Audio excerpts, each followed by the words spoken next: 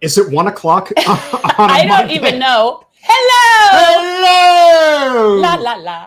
That's our little Seinfeld. I know, but I feel like we're all out of sorts. So, hi, guys. Welcome. It is Monday afternoon. Happy Memorial Day. Happy Memorial Day. I don't think there's anything to be happy about necessarily. Yeah, no. I think the best, I always say it every Memorial Day, the best way to honor people is to stop creating new people for profit. That would be the best way to do it. Just saying. Honor our troops. Do not honor those that send our troops like a into hot conflict, mess. It's an afternoon. I don't even know what I'm doing with myself. Ah, you're just fine. You're ready to go on. Child number 2 is attached to the television. That's the thing. These school days are not a problem. Ask our lovely guests what time you have to get ready to go on set for certain projects. I know. It's all morning 5 o'clock in the morning. No, it's all morning time for that. I can't even make it to a 9 o'clock Pilates class. I can't. There's just not happening. Well, for those of you who have been living under a rock, you know that on Generational Change, our mission is transforming politics into service, and we believe that the most effective way to do that is through labor. And so right now, there is a major, there's several that no one talks about, but certainly a major labor strike that is going on right now with the Writers Guild of America, WGA. And we are obviously very thankful and grateful for our wonderful friend, David Jolliffe, who has really done an amazing job of bringing some of the more recognizable people that you know in the entertainment world who are fighting the fight on behalf of those who really do not have a voice. Most people who think of movies, Hollywood, etc., are often associated specifically with the entertainers themselves. Right. I always think people don't understand how this all works. There is so much work that goes in behind the scenes. And so first and foremost, we are very pleased to welcome the gentleman who made this all possible back to Generational Change, David Jolliffe. How are you? Hi, kids. It's me, your old pal, Dave Jolliffe. Thanks for having me, and thanks. Have we announced who our little special guests are? No. This is very exciting. And no, it is not Santa Claus in the off season. I've been so busy, I haven't been able to get to the clothing store, to the cleaning up the room, or getting to the barber. It's a busy time, you guys. There's a lot going on. You know, we're talking about what's going on with the writers right now. They're on strike. They've been on strike for over 25 days, and we start our negotiation, Screen Actors Guild AFTRA, in a few weeks, June 7th. And both of our contracts, the DGA and the WGA contracts, end midnight, June 30. So hopefully we can negotiate to a settlement, but we are prepared if that does not come to fruition. Well, we have a wonderful panel that is going to be probably a big surprise for a lot of people, but that's kind of how we This is how we're small but mighty. We are small but mighty, but we are very grateful for the friends that we have, like Mr. Jolliffe, who is bringing back one of our favorite people. Most of you know her as Princess Leia's sister. I hate that. Don't do that. But she is an exception. That's not true. I mean, that's true, but it's like, it's like I cannot affiliate people. I don't think that's how most people know her. I think most people know her as a phenomenal actress. Jen, how do you know Mrs. Fisher? Honestly, I think mostly from Ellen. Yes. I think. But I'm not an Ellen. That was a little before. Okay, I'm old. Yeah. Whatever. But the point is I think more from and I'm thinking of where before that, but lots of things. And the Brad Garrett show and a lot of things. I happen to love Brad Garrett. That is one funny man. And one of the best guest stars ever on Seinfeld. I know. And it's even mentioned in the book I was telling you about. Jolie Fisher, welcome back to Generational Change. Hi. Hi, good morning. Good morning to you. That's right. You know, how nice good morning for me. But I know. I did fluff up for you a little bit. You look lovely. Yes, you do. I am so much more than the Fisher moniker. I'm a mother of 5 humans. I am a staunch activist. I am a writer, director, actor. Yes. Actor, but I do carry the weight of the crown, and I also carry on. I got to live down a bunch of shit too. Yeah, I hear you. Well, we are also very pleased to welcome somebody who a lot of you know from a lot of different movies. I happen to appreciate him very much. Oh, please don't go into I am allowed to mention that he did a movie when I was young that made me a Notre Dame football fan. For God's sake. without further ado, Sean Astin, welcome to Generational Change. Oh, right on. Hello, everybody. And I know those two and those two. And hey, well, that was sweet. I'm glad you're a Notre Dame fan. I went to UCLA, but whatever. Yeah, no. We won't even need to get into that. I keep trying to explain to him. Yeah. Well, the thing we That's not Rudy. Well, the thing that Oh, we for have, the well, the love thing of that we do God. have in common since you were a Bruin is that as a Notre Dame fan, we really do not care for USC football. So at least we got that going for us. I came in from New York yesterday, and the pilot sort of escorted me and my daughter off the plane, like not like we were in trouble, but I don't know, but he like walked off the plane with us, and I was like, "Well, thanks so much for a great flight." He goes, "Well, I don't want to say this, but I've got a pilot friend that's a big Notre Dame fan." I'm like, "Well, tell him right on." I mean, what do you do with that? Sad. And last but certainly not least, I happen to have a very soft spot for this lady because she puts herself on the front line constantly for the labor movement, whether it's through Standing Rock, whether it's through any and all of these events where people are fighting on behalf of working people. She doesn't just talk the talk. She absolutely walks the walk. Frances Fisher, welcome for the first time and hopefully not the last time to Generational Change. SAG-AFTRA, yes. Hi, guys. Hi, how are you? I'm great. Great to be here. Did the two of you, well, okay, with the red glass, was this a planned thing? What? I feel like I need my red beret or something. What is happening here? It's the Fisher sisters. I was going to say. Yeah. Yes, they're not really sisters. I didn't suggest I'm that just they were. saying. I wasn't suggesting that. So whoever, I mean, obviously, David, you obviously know this thing inside and out.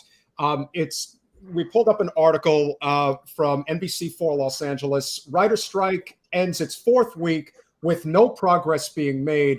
Why don't, if you could, for the audience, take it from the top exactly why we are here right now, how this all started, and what are the ultimate goals for the Writers Guild and what you hope to accomplish over the next several weeks, as this clearly is going to be taking some time. Oh, big dumb animal, we love you. Well, the goals for the goals for the Writers Guild and the goals for the Directors Guild and the goals for SAG-AFTRA, we have many similar goals, and this has come to a confluence. In time. We have artificial intelligence issues that we need to resolve, streaming residuals that need to be resolved, basic wages that need to, be in compliance with the economy and inflation. And then over on the SAG-AFTRA side ourselves, we have separate and distinct issues that we have to deal with that are laid out over on the SAG-AFTRA website. They've talked about self-taping. I know you guys in the world has heard about the issue of self-taping and that we need some kind of guardrails and guideposts when it comes to that. And we have also individual distinct constituency groups that we need to take care of. Our singers, dancers, background performers, stunt performers. Those are our unique issues to SAG-AFTRA. So the writers, they went in, their contract expired the end of May, and the beginning of May, and they have not, from reports, they have not gone back in and discussed further, negotiations with the entity that represents the studios is called the AMPTP, represented by a woman named Carol Lombardini as the head of that organization. And they've joined together. That's the studios and the streamers and the networks all joined together in that group, the AMPTP. So we seem to be in a similar, I don't want to use the fight, but we're in a similar negotiation pattern. And the directors are in there now. And then we go in, like I said, on June 7th. And both the directors and the actors, Screen Actors Guild, AFTRA, contracts end midnight June 30. So you're looking at full four of the negotiators, myself, Jolie, Francis, and Sean. We are all on the negotiating committee for SAG-AFTRA. And we're here to get the word out. Right now, we have a strike authorization vote out to our members that has to be back by June 5th. We're looking for a strong yes vote and support to back us up as we go in on June 7th to tell the studios that we mean business. So I don't know if you guys want to add anything. You look Fisher sisters. formidable. You all look extremely formidable. I mean, no, seriously, like this is you guys are obviously not in the same position as a lot of people that are, that are under the thumb of this and that really have and I so appreciate you all lending your privilege is what I call it. And it's really important. I'm very, very grateful, but yeah, please talk about what you guys are going to do to get this through. I mean, I think that that people out there that are just maybe misinformed think that we're all screaming from mansions saying we want more, let them eat cake kind of a thing. We have 160,000 plus members that are, I hate when we say middle class. Because I think working people working, that We is negotiate for minimums. That's a very important thing to talk Yes. about in this Yes. contract. It's minimums we're talking about. and things that haven't changed in decades. So there's a lot to fight for. I'm loving labor. I come from a unionist family, as you guys know, and I was elected to secretary treasurer this time around, and was able to go sit in the hall, the big hall in Philadelphia with the AFL-CIO and sit side by side with people from all over this great country in the labor. It's a movement. We have a president in Washington who has Cesar Chavez behind him, and he's a real labor guy, and got to sit amongst steel workers and auto workers and nurses and teachers and just everybody all over, and felt a little bit like carny folk, as I usually do, but very, very important to be a part of the movement that's going on in the country. Yeah. Somebody else. Come on. You guys are going to go in there. You have arguments. Once everybody knows, once I start talking, I don't shut up. So it's like, I'm trying to be nice. Oh, Sean, There's a few things based on your question. The writers, one of the things that I hear them and read about them talking about is the work that they're asked to do for free. They're constantly asked to do free work. Yeah. And then you think about our actors who are self-taping, and they'll get 6, 8, 9, 12, 15 pages and say, oh, we need this by tomorrow. Or you get it on a Friday night and say, we need it by tomorrow morning or something like that. So they are hungry to work and eager to work. And so, but, say you have 2 auditions. Well, how are you going to make your shift as a waiter? If you're trying to put any real intention and quality into what you're doing, which we all do.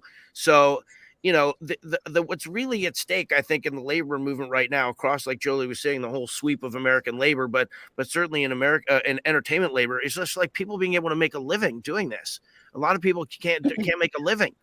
There's a few people who work all the time, and God bless them. And then there's other people who are fighting or trying to get in. But then there's a large group of people who are working, and they've just been watching contract after contract after contract. Their benefits, get sort of squeezed. Their money gets squeezed. Their turnaround times get squeezed. They're just getting squeezed and squeezed and squeezed. And now, I think mostly because of what David called, what is related, was called streaming video, which is basically like the way everybody experiences entertainment, and there's no continuing financial participation anymore. There used to be residuals, and then that's kind of like, augured in, and now what? So for me, it's very easy to what did you say, share privilege, lend your privilege. Yeah, lending privilege, because I know that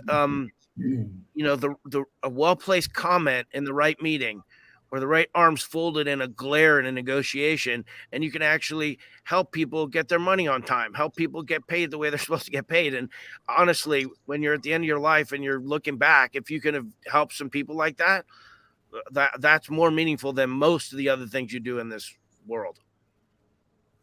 What would you guys say is the biggest hindrance right now? I mean, there's only so much that people really understand about how things work in terms of negotiation, what goes into making a film, what goes into making a television show, what goes into making a series.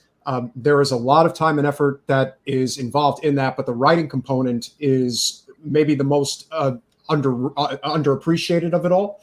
Without the writing, what do you have? People constantly talk about the script is amazing.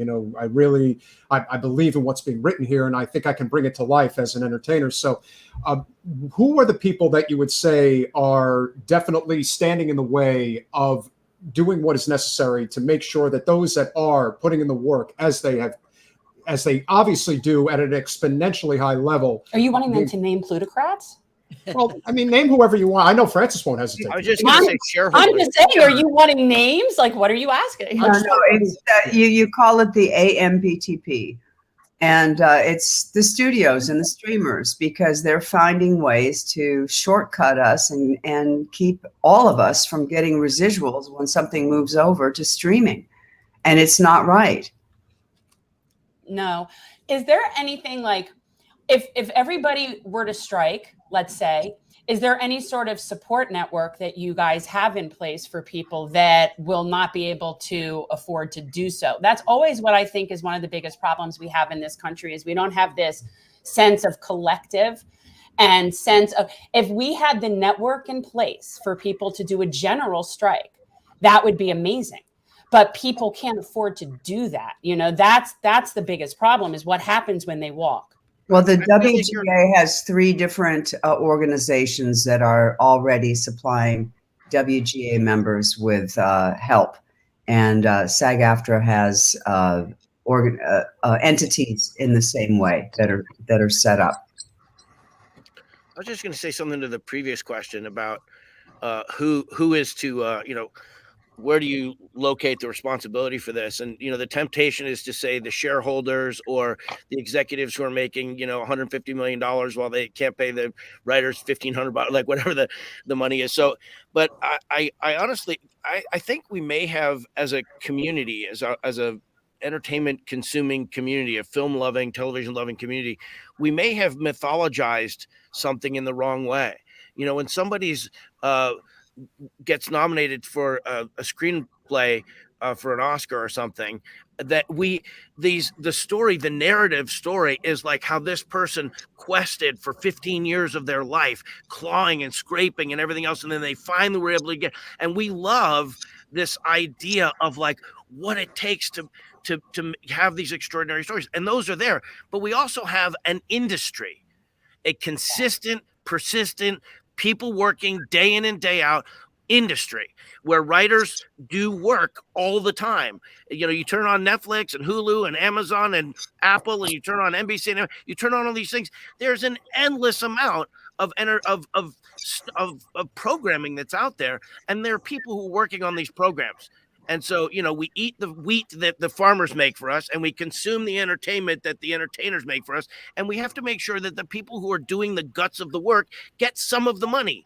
And it's really a small amount of the money that they're getting. And they're only really asking for a small amount of the money. So, to me, the corollary for the shareholders, who are these people who only want profit by design, and the public that doesn't understand how things work, is just, you're looking for a little bit of leadership.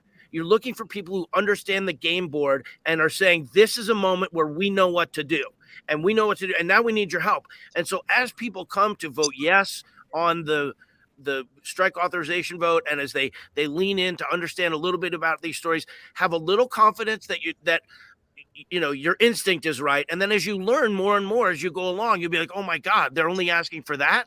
And can I vote twice on the strike authorization vote? Right. Yeah. I mean, look, I'm from a position where I would like everybody to strike. When we had the possibility of a railroad worker strike, and I'm thinking, ooh, and the UPS workers are thinking too. And if that happened at the same time, but I come from a position where it doesn't hurt me.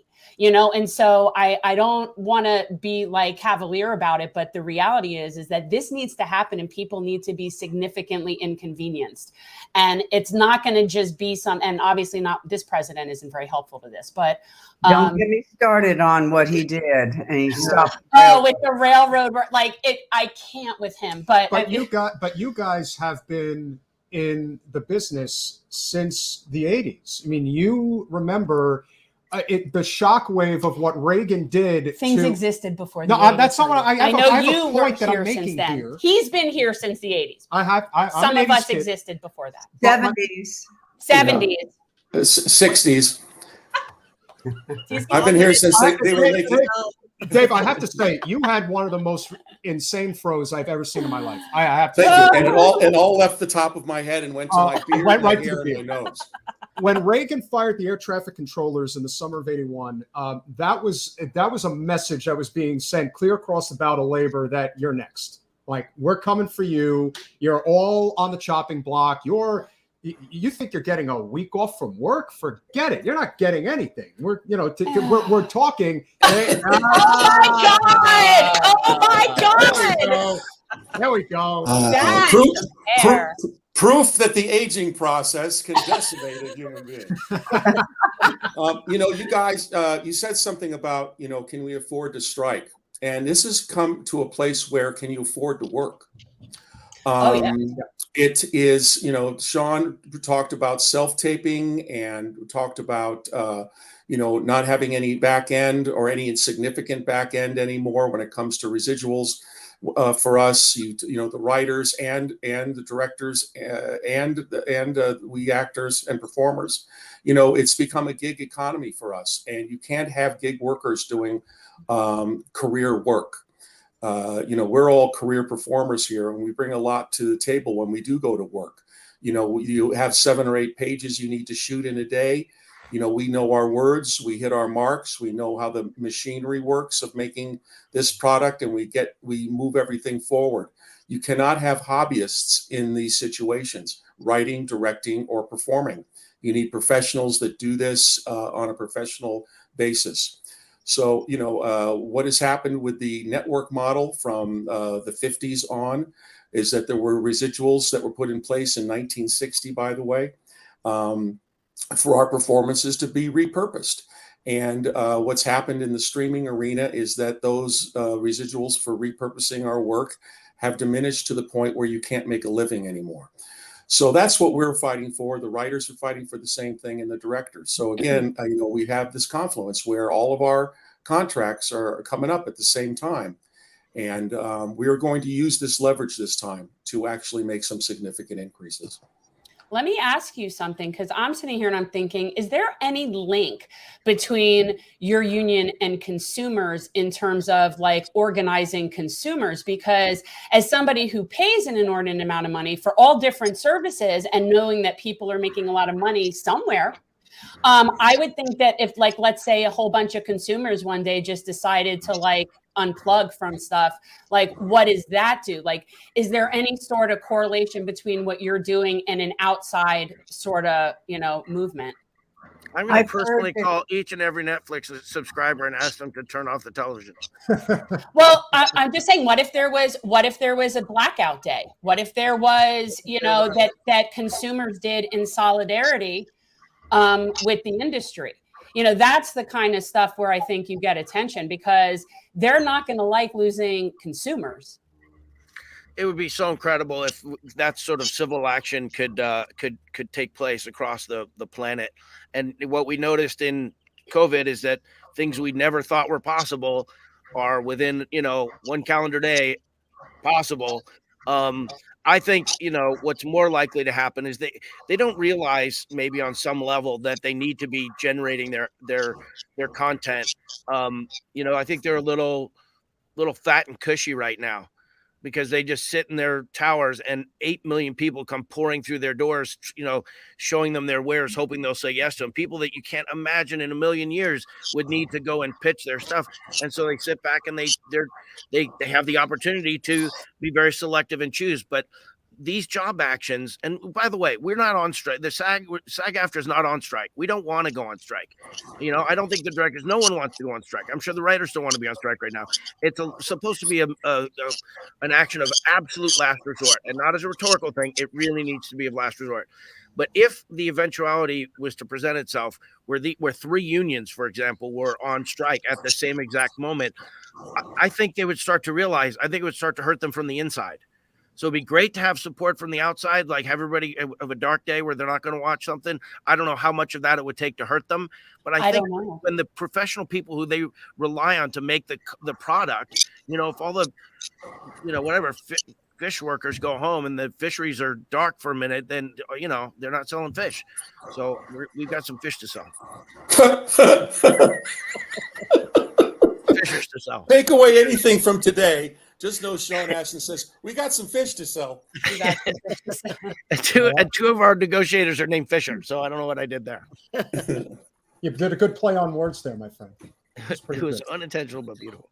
It's kind of an off-topic point, but California's been trying to do high-speed rail for a very long time, and we're huge advocates for that particular type of infrastructure, which never really seems to catch on, and I think we all know why. But I do think for those that struggle to afford to live in Los Angeles County and Orange County, that it would be a lot easier to be able to bring in people from different parts of the state. My understanding is that the reason in California in particular that it's been taking such a long time is the goal of the high-speed rail system is to run it to the Central Valley and to be able to include Fresno, Sacramento, and places like that. How much of a difference do you think it would make for people to be able to afford to work in places like Los Angeles, to work in the industry, if there was better infrastructure in California? We constantly hear about the traffic problems in Los Angeles. How much of a difference do you think that would make in terms of cost of living for people that work in the industry if there was a much more robust infrastructure system? Wow. Work in the industry, you're going to locate it in the entertainment industry. If California had a solid infrastructure system like that, I mean, my first instinct is that high quality infrastructure and transportation systems improve everything. It's hard for me to work. We're right now trying to confirm our tax breaks that we get in California. All the different states are competing for different tax incentives to help production. So my brain is cycling over to that for a minute. I don't know that someone working in Fresno is going to be able to show up for a 7:30 call time at Burbank Studio, at the Warner Brothers Studios, because they have a better. So I have to think through the math of that a little bit. But I would never want to speak against the ability for people to live and travel reasonably and safely. Everything is very expensive there.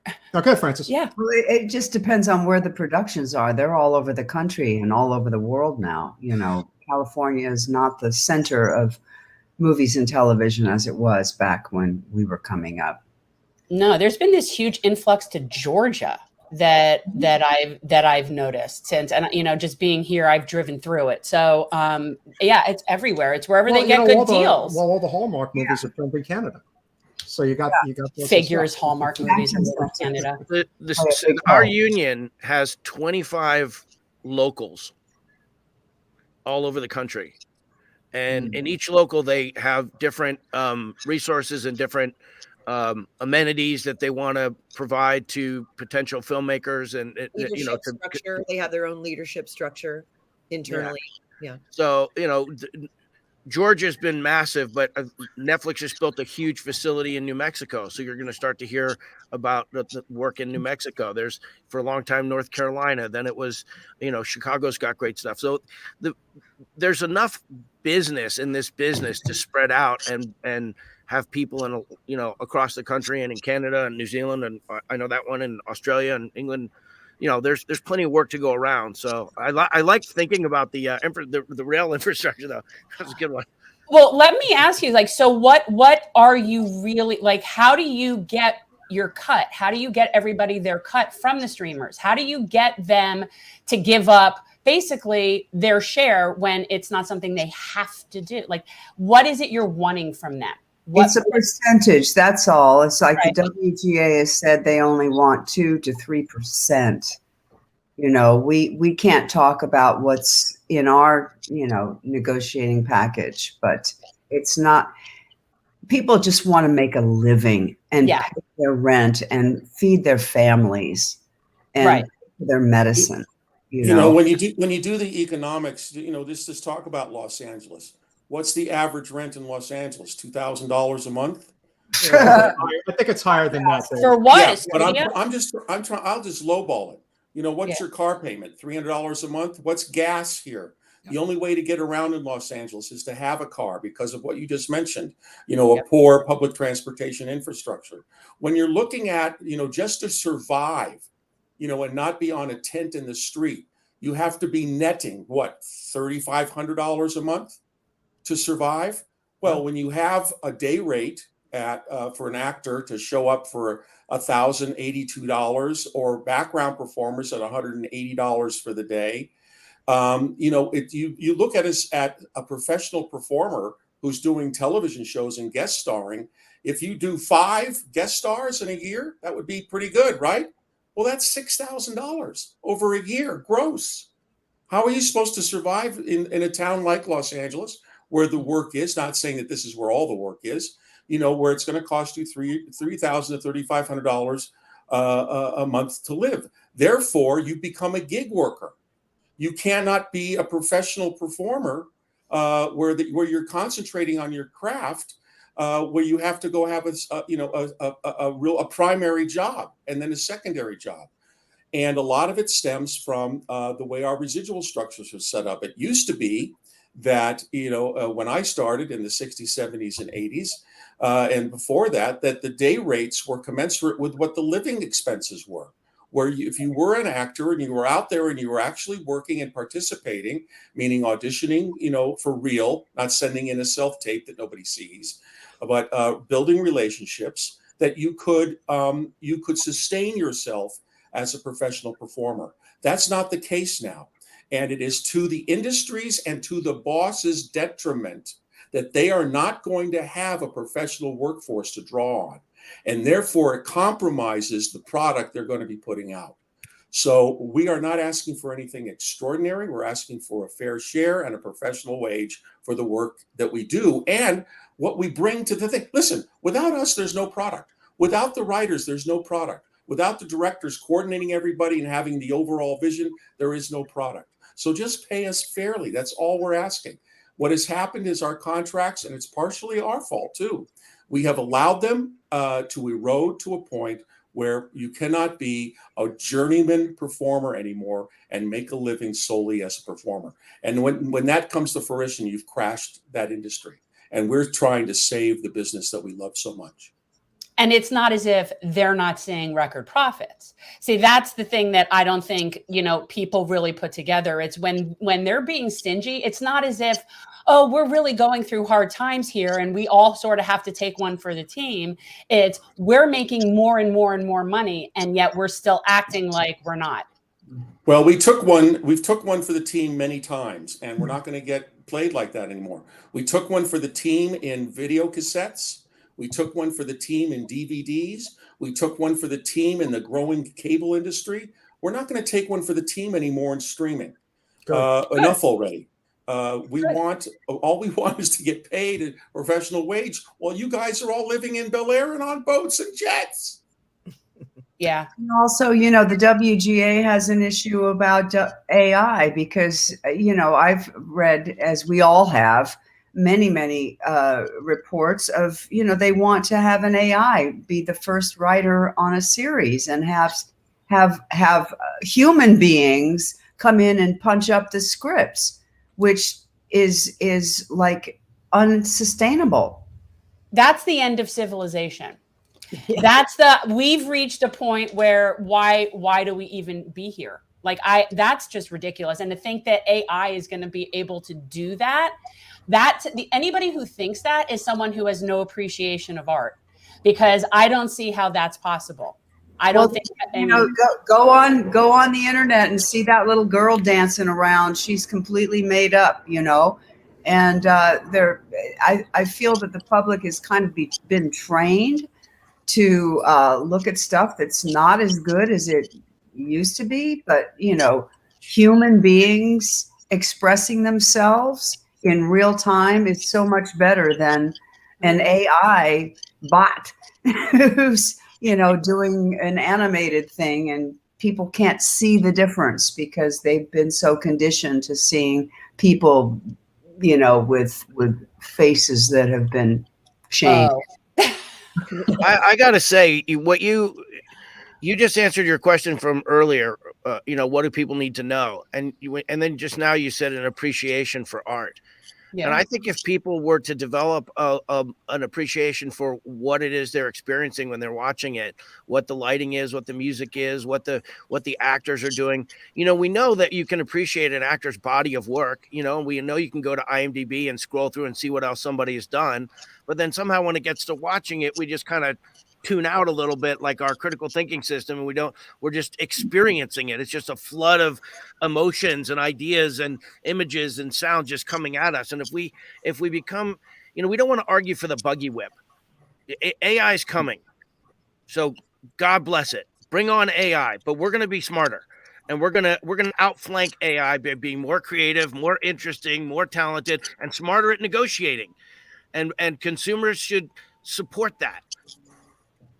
Well, consumers should support people having a living wage. But I think what tends to happen is when people appreciate a movie or they appreciate a show, they always pin it on the top person like anything else. Like at the end of a whole Super Bowl win, you're looking at the MVP and the coach. You're not looking at every single person who's worked for that team. And so I think that's a big part of this. So people look at the top people and they're looking like they're doing pretty well.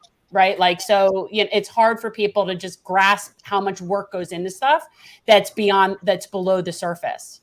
To go back to our first moment when we were joking about Rudy and Notre Dame, the thing that's really cool about that movie that I did is that it celebrates the last guy on the bench. Yes. It says you've got this incredible institution that has lots of money and mythology and quality and everything that the University of Notre Dame represents. But they embraced us telling this story of the last guy on the bench. So I like that we're in a moment in America where, it's a struggle between the truth. Tom Hanks just gave the commencement address of my daughter's Harvard graduation, and the sweet spot of his remarks had to do with protecting the truth, and we have to. We're at a moment in American life where, because of how things were for a number of years, people want it. They want to protect the little guy. They want to acknowledge the working people. Jolie said at the beginning, Biden has a bust of Chavez on the back of his desk in the Oval Office. We're in a moment where labor is appreciated. At any moment, there's like 1,000 labor actions. At least this was true 6 months ago. I haven't looked at it lately, but there are labor actions going on all over the country every day. So, I know that in some of our imagery that we put out to support things, we invoke some of that great revolutionary strike stuff. And I want to find the balance between that and the fact that as laborers, we can be pro profit. If you have good people working really hard on something, it's going to make more money than if you squeeze it and make it with people who aren't necessarily as good. So there's going to be more capitalism to go around if you protect the worker. This is my premise. I think it's an excellent premise. Well, that's the truth for overall. When working people have disposable income, everybody does better. That's the whole point. That's why the people at the top are not understanding that their capitalism is imploding, because pigs get fat and hogs get slaughtered. And they're at a point now where they just are not willing to share. And they don't realize that it's what keeps the top sustained is when the bottom people can actually spend money. Which also doesn't really make a lot of sense logistically. These are not long-term thinkers. Okay. These are not like, really advanced thinkers. These are let's make money now. The system is not a long-term system. No. Thank you, Sean. It's the system that's broken, and people do not talk about that enough. They think that, we can, throw Trump against the wall. We can throw DeSantis against the wall. Look, the system is broken, and people like this get born out of it. When people are squeezed so tight that they can't breathe, what do you expect them to do? They're not just going to stand around and wait for it. They're going to fight back, disrupt the system. Yes, we need a revolution. Frances giving a shout out to her very good friend, Marianne. Of course, that is a great line. Revolution, a nonviolent revolution. Yes, but it's absolutely. It's the system that needs to be disrupted in our country, and it's also the system that needs to be disrupted in our industry. Yes. It's the same thing. Yep. This trickle-down idea does not work, and people have got to get off that because it's unsustainable. one of the greatest films ever made was a film that had almost no budget whatsoever. And it's just two men in a coffee shop in New York City having a conversation called My Dinner with Andre. And you are never going to see a movie like that made today and promoted heavily by the studios, whether it's Paramount, whether it's DreamWorks. They are not going to make a movie like that because the message of that movie is to make you think. That is not what they want today. What they want, and I have nothing against Robert Downey. I have nothing against Jeremy Renner. If you want to keep making Marvel movies where you just blow a bunch of shit up all day, every day, but there's no real character development in what you're selling, I do think there's action figures. But there's, well, yeah, you got to promote, you got to make money. There's character development in those movies, but they shouldn't be the only thing. No. I agree. And I do think that the thought-provoking type of movies, I wish we had more of that. Now, do you guys think that there's a reflection in what has happened with the Writers Guild, how they've been just completely undermined, that writing is not the same that it once was? Do you think there's any correlation there as far as that's concerned? I don't understand your question. Meaning that because the industry has been just so undermined that they are trying to cut out the legs. Basically, it seems like somebody's run out of ideas, and all we keep seeing are like superhero sequels. I think it's the opposite. Over and over and over again. I think it's the opposite. I think that particularly in kind of our drama television, and now in these like 5-year, 5-season shows on the streaming things where you can go into it and you can live in it for 5 years or for whatever 30 episodes. I think there's more than enough. In fact, one of the hard things is when you have so much good talent and so many good ideas, they can just take the pick of the litter and not pay anybody. So we got to sort of be like, hey, we're going to protect our people who have good stuff going on. Yeah. Oh, I think there's amazing stuff. Like I find all sorts of cool stuff out there. And a lot of it is stuff that isn't from here. I don't, there's so many good things that streaming has allowed that gives people access to. And that's a good thing as long as the people are being compensated for it accordingly. Like I like the variety. I think that we have to pray, if that's something that you do or whoever you do it to, that we come into like a renaissance after this, that beautiful pieces of art, paintings, theater and film and television come from, out of a dark period. During the plague, Shakespeare wrote great tragedies and comedies, and that there is a renaissance coming, that the writers are standing firm on walking the picket line, and if we have to do it, we will too. But our series of thoughts and things like that don't end. I'm thinking of something I can write right now. Like I feel like we have to hold back the dawn a little bit and know that we're always going to be creative humans. We're always going to have new thoughts and new feelings, and we want to move people. And just to get back to the AI thing, it doesn't move anybody. That doesn't move anybody. When I see it on screen, I'm like, I'm watching what a computer generated. I want to see stories. I want to see me reflected on screen. I want to see my family and my friends and what I'm going through in my life reflected on the screen. And if I need to write it, I'll write it. I'm not a WGA writer, by the way. But I know those people on those lines, and I know what they're fighting for, and I know how clever they are and just how talented they are.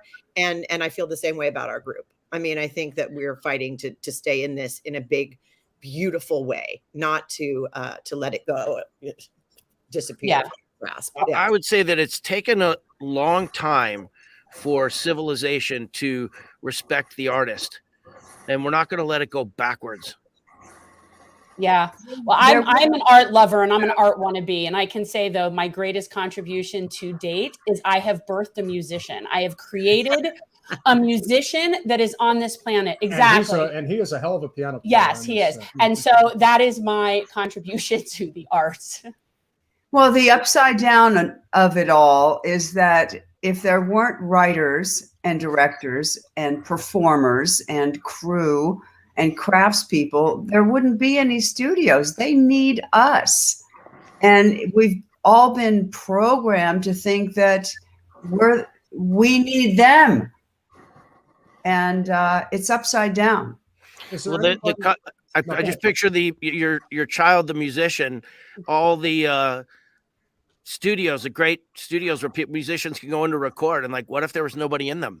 They're just they're just panels of dials and stuff, but if there isn't somebody on the other side of the glass doing something, it's not a fascinating room to stay in for more than a minute or two. No, certainly not. Yeah. I mean, to me, there is a lack, there has been this lack of appreciation for labor and for just crushing labor at every turn for so long. I am curious, though, are there any heads, without naming any names, are there any heads of any major studios? Like, who should we be boycotting? Like, if I'm going to say, okay, I'm going to not watch this service or this particular business or this particular thing, like, sometimes it's impossible, but sometimes it's not. Sometimes you can. Sometimes it's something. And is there anybody at the top that is fighting the good fight on behalf of workers? So who do we need to hate? Who do we need to hate? And who do we need to support? Well, it's more who do we want to support versus not. Right. Yeah, and it's for my money, it's labor right now. For my money, you look at the WGA, the DGA, and SAG-AFTRA, and you look at the leaders who are in those spots, us and the our spokespersons, and wait to see what they're saying. And that, because there is an interesting thing, this AMPTP thing we're talking about, Association of Motion Picture and Television Alliances, something like that. Producers, yeah. Producers, right? Yeah. We're all meeting. So all of the goodness and all of the evil that may exist in the corporate capitalist whatever world of shit, they're all meeting, and we're all going to talk to them, and we're going to see if we can come to terms, and hopefully we can. And if we can't, we want the public to say that's not fair. And so, well, this is my 9th TV theatrical negotiation. My first one was 1998. So I've been doing this a long time.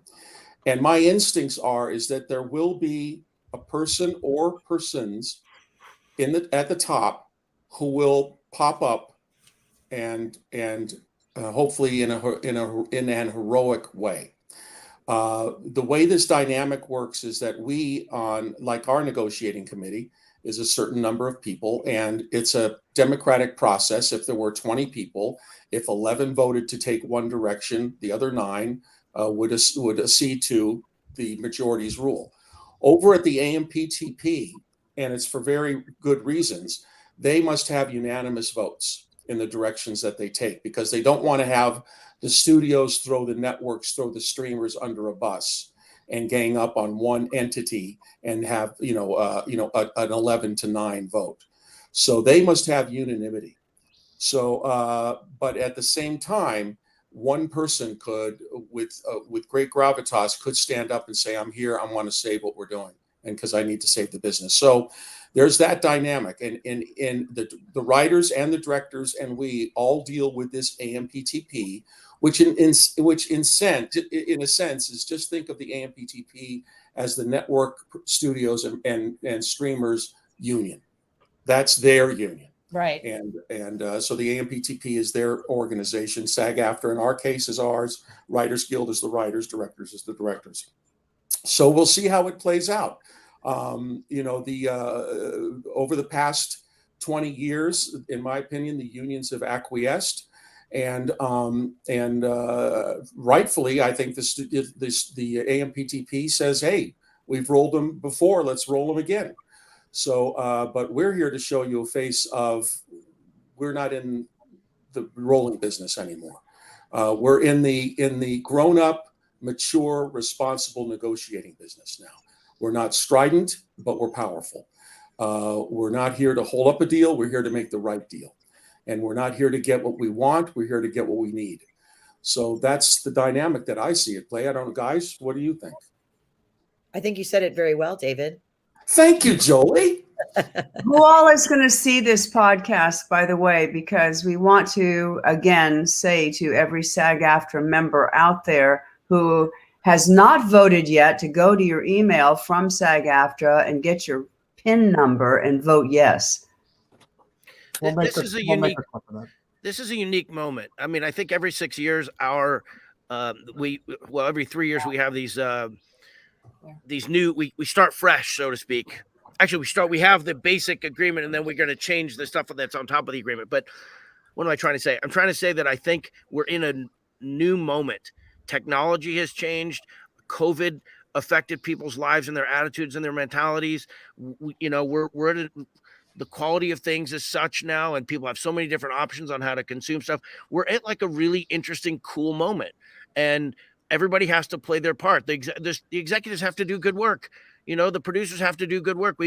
I can spend another moment lauding them and talking about how wonderful they are and how creative they are and how talented they are. But then this is our moment to say, no, now you actually have to respect us, and you have to respect the needs of our people. And so I have every confidence that we'll be as firm as we need to, like DJ said, being responsible, not being pigs about it, but wanting to just make sure that we have what we need for our people. That's what I'm committed to doing that. And there's no reason I can't. It's a 3-year contract, and this is the time to make these changes, because in 3 years, God knows where our business will be. Oh, this shit show just gets worse and worse. Like, we have no idea what's going to be here in 3 years. There was a contract phrase that I memorized when I was 12, when I did Goonies.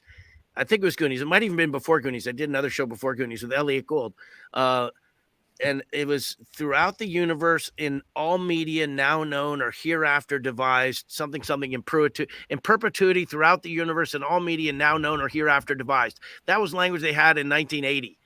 Why did they have that language in 1980? What did they know in 1980? Well, here it is, 2020. What are we, 2, 3, something like that? And we've learned a little bit about why they wanted that language in there. And now we're going to say, actually, that language might not have been as fair and as it's also it's also, you guys, it's very simple, but it's also very complicated. This is the contract that we're talking about. It's 700 pages. That's a lot. 700. Let's talk about the trees. Jeez. Well, the trees, but this book Good God. has grown over 70 years, since 1935, and whatever that math is to 35 to 25, it's 80 some odd years. And so there's a lot of nuance. There's a lot of entrenchedness. There's a lot of when you walk onto a lot at Universal or at Sony or at Warner Brothers, you're walking onto a factory, but the thing is that we as factory workers, like, we're building a car frame. We're not just building the car frame, we're inventing it at the same time. So the creative force needs to be recognized. We are not just laborers, we are creators. So and we're not looking for excessiveness. We're looking for stability as far as being able to live financially, and to be able to truly participate in the business that we create. Yes. I think about the thing that you guys have talked about as we wind down the conversation is the impact of what you do and how these things come to life. Some of the most impactful films that we've ever seen, or shows that we've ever seen. The landmark show that was Ellen, the landmark movie that was The Goonies or Rudy, the landmark films that were Unforgiven or Titanic. These films, these moments mean so much to so many people. And I think we've kind of lost sight of just how important that is when you recognize all the work, the labor that goes into making these things possible, these dreams possible. Dreams do come true. And I think it's very possible, like you said, that it's going to be somewhat, as you said, Jolie, it's going to be a renaissance when we come out of this. But there's going to be a lot of aches and pains, and Lord knows how long this strike might last, because it's very likely it's what's coming. But you have our full support, 1,000%, and that's why we are transforming politics into service. We're trying. That's what we're doing. I feel like Sisyphus. You don't look like Sisyphus. Welcome to the club. The funny, there's strategery going on. The fact that the writers have been on strike for, is it 21 days? What did you say? No, it's longer than that. It's 25 days. 25 days with no real push from the, I suppose from a legal contractual thing. If their contract expired, it's like, well, we don't have to have a deal. But we're going to wait and see what we do with the directors. And we're going to wait and see what we do. It's mean. Yeah. It's mean. It's not fair. It's not right. They should be negotiating a good, healthy deal with their people. And if they're going to keep waiting, and if it finally gets to our time, well, help is on the way, man. Because well, I think their excuse is that they're in the middle of negotiations with the DGA. They can't possibly split off and Well, they're waiting to see, Francis. They're waiting to see exactly. if they can roll the DGA or if they can roll SAG-AFTRA. Yeah. And Sean Well, just told you what our plan is. So yeah, if you look at the writer's story right now, right, and then you think about what how's the public watching it, and you see that you've got Act 2 has the directors in the middle, and then Act 3's got the writers, all in a very close calendar frame. That's the important thing to understand. We're all bunched together in the calendar right now. Then you can look at what our union has said, that we put out a unanimous agreement on our proposal and a unanimous agreement on this strike authorization. Our union has not been known over the last 20 years of being unanimous on stuff. Our union's been known for infighting and frustration and everything else. It's a new era for SAG-AFTRA, and the writers and the directors should take heart knowing that. Yeah. Well, they count on being able to divide and play disrupt the system and play you guys against each other, almost like, turning somebody against another, co-conspirator. Yeah, that will not happen this time. That will not happen this time. And I think that, that was something that was different about the railroad workers this time going around too, is that you had 12 unions fighting as one. And we're definitely seeing much more solidarity amongst unions, which I think ultimately is look, if, Shama Sawant could take over and slowly infiltrate all the unions and bring them all together for one general strike, that would be ideal. Well, look at Chris Smalls and what he did with Amazon. He's going around the country or helping to organize other people in other locals and stuff like that. He's amazing. Yeah. We need a lot of that. No, it's a microcosm of the entire haves and have-nots fight that's been going on forever. And we appreciate it when haves fight for have-nots. Absolutely, 1,000%. That's the job. This has been more than educational. This has been therapeutic, I would say, for a lot of us. And we will be fighting right along each and every one of you. We stand with labor now and always. David Jolliffe, Jolie Fisher, Francis Fisher, Sean Astin. Best of luck. When you guys win everything that you should be winning and you get what you should get, maybe I can come out and have a beverage with you. Oh, you're in. Yeah, I'm very happy to go. I was going to joke on the studio, but we'll be happy to buy you a beverage. Come to the picket line. Come walk the picket line. I absolutely will do that for sure. It's not just union members. It's bodies. Yeah, I would march.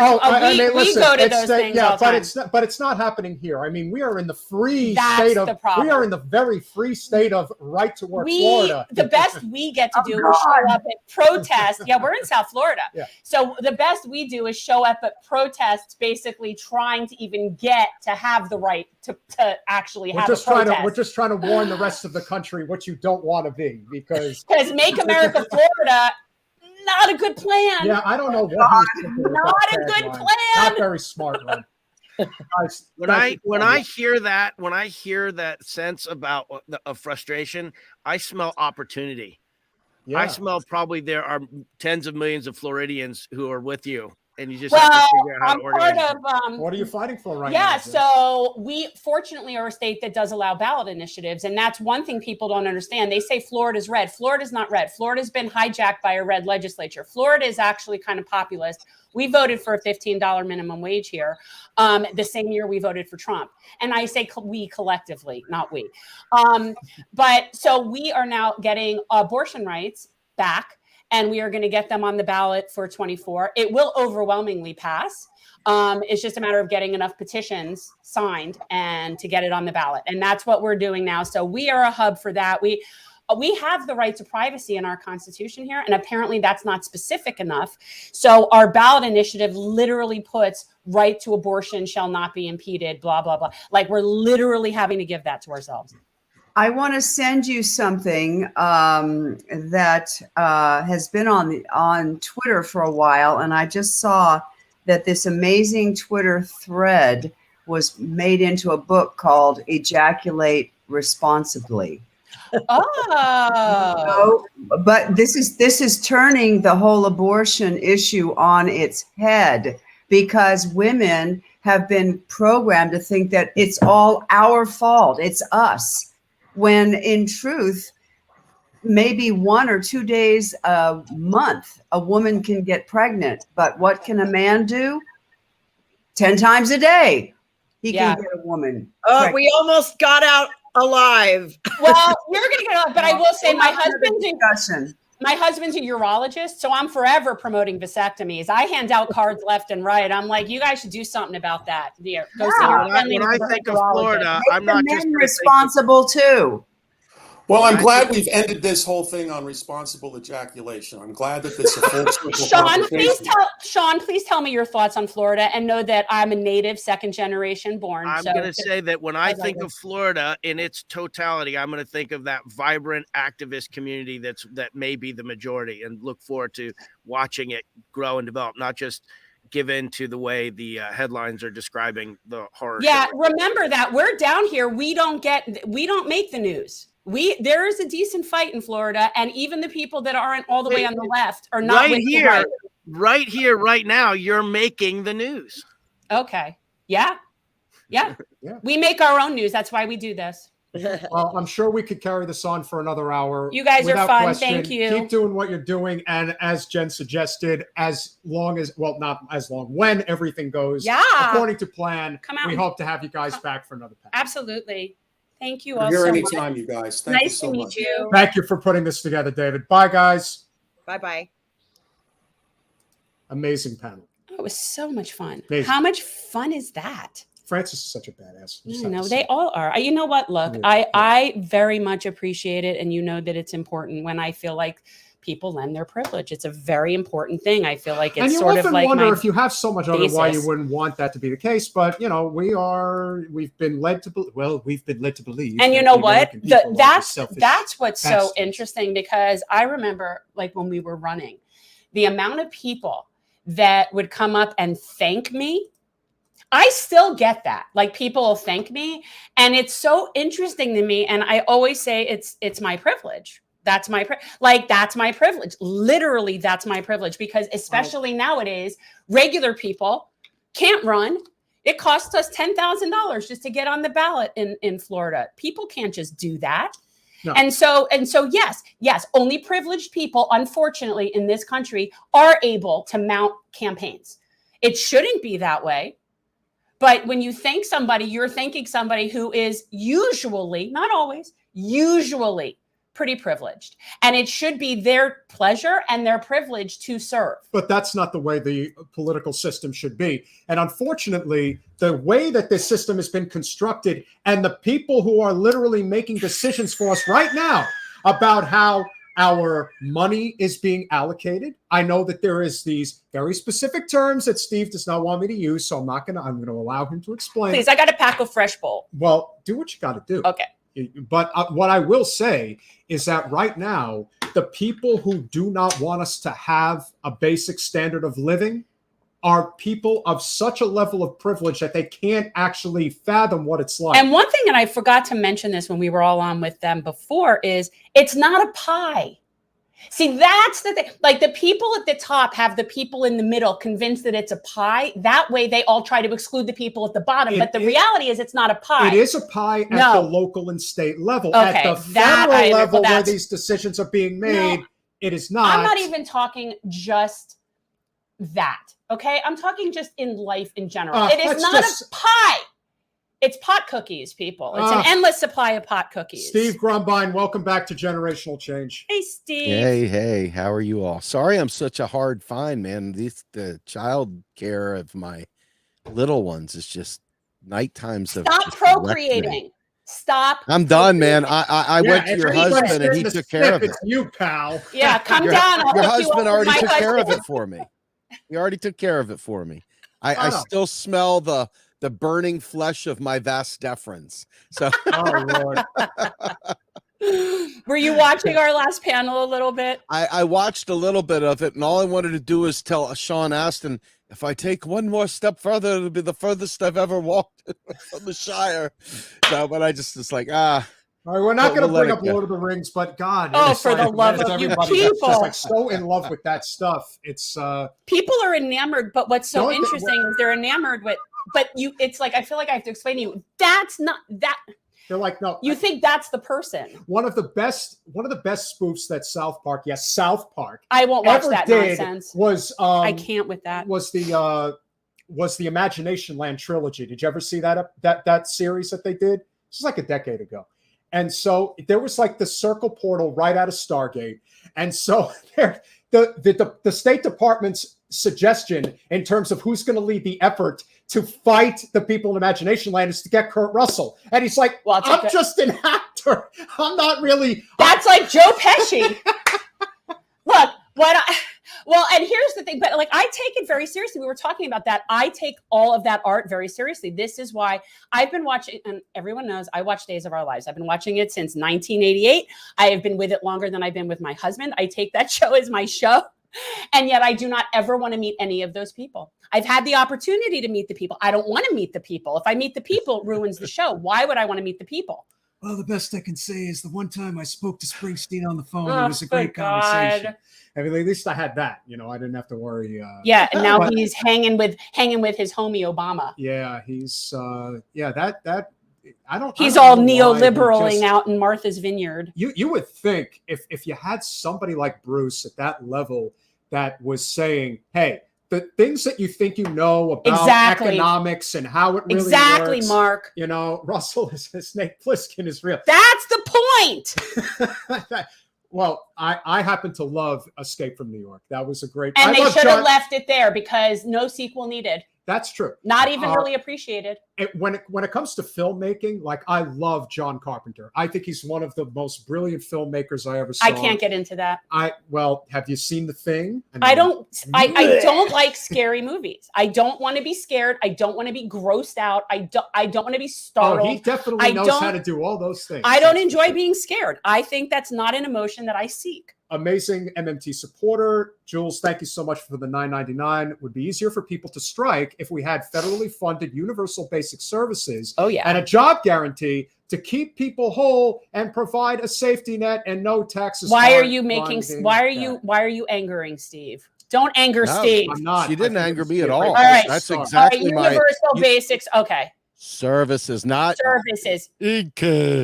Right. Services. Right. Well, that's what I've changed in terms of when I talk. Like, I would never tell people our tax dollars are da-da-da-da.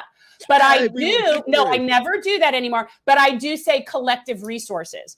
I choose that we do not use our collective resources to bomb other countries. I would rather our collective resources be used here. So is that acceptable now? Yeah, well, you know what? It's not about word policing. It is about paradigm shifting. No, I want to understand. And I think that's exactly correct. Yeah. I think what you're saying is a really good way of saying it. Yes. Yeah. So obviously they have some type of a deal between President Biden and obviously House Speaker McCarthy. We know that what is being offered on the surface is probably really crappy. So if you could just dig into the basics for people to understand, again, it's never going to understand. It looks like a boatload of austerity nonsense. So if you can please inform the audience as to what we're looking at. I'm just curious how Steve even has, I don't even understand how what you believe works with the whole idea of debt ceiling anyway. Like I don't, this is where you turn into the voice from Charlie Brown. I'm sorry. Just please explain to the other people because I don't understand how any of this shit works. So in 1917, a law was put on the books that was supposed to help the president make payments during wartime. Okay. Right. And that thing has become the debt ceiling. It wasn't intended to be a stopper on spending. It was intended to, because at the time what was happening was every single possible bond had to be debated by Congress and then passed. So what they did was they let it, hey, we'll just let so many of them go before we have a talk about it, and then we'll go ahead and do it again. Well, it's changed, okay? And there are a bunch of laws, and, you know, I've got several angles at this. One of them was the Ron Gray and Beowulf strategy of minting the coin. Just there's no law that says they can't do it. In fact, there's a law that says they can mint a coin of any denomination deposit it, and voila, we have no more debt ceiling issue whatsoever. And this could be done instantly with executive order from the president. And we wouldn't have had any negotiation with McCarthy whatsoever. None, zero. But we know that's not Joe Biden's who he is. He is a Republican through and through, and he showed it. Yeah. The other thing is Bob Hockett, who wrote a great article in Forbes, talked about there's 7 laws, basically, aside from the 14th Amendment, that says point blank, the U.S. debt shall never be in question. U.S. will always pay its bills. The president has a 14th Amendment constitutional requirement to ensure all bills are paid, period. So it should supersede any of the debt limit games that are being leveraged, it completely not in the way the law was originally intended. But since 1917 and up through the Nixon era, there have been several other laws that were passed that eradicate and eliminate and make not even valid that law of 1917. Okay. So there's so much precedent. There's constitutional law.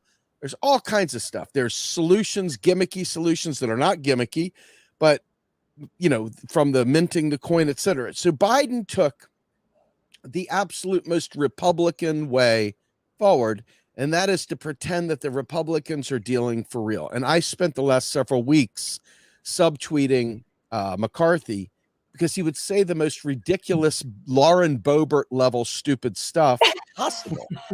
You know, from our tax dollars, and why should we pay for your student debt when I paid for mine, and every single possible worthless libertarian Republican argument possible.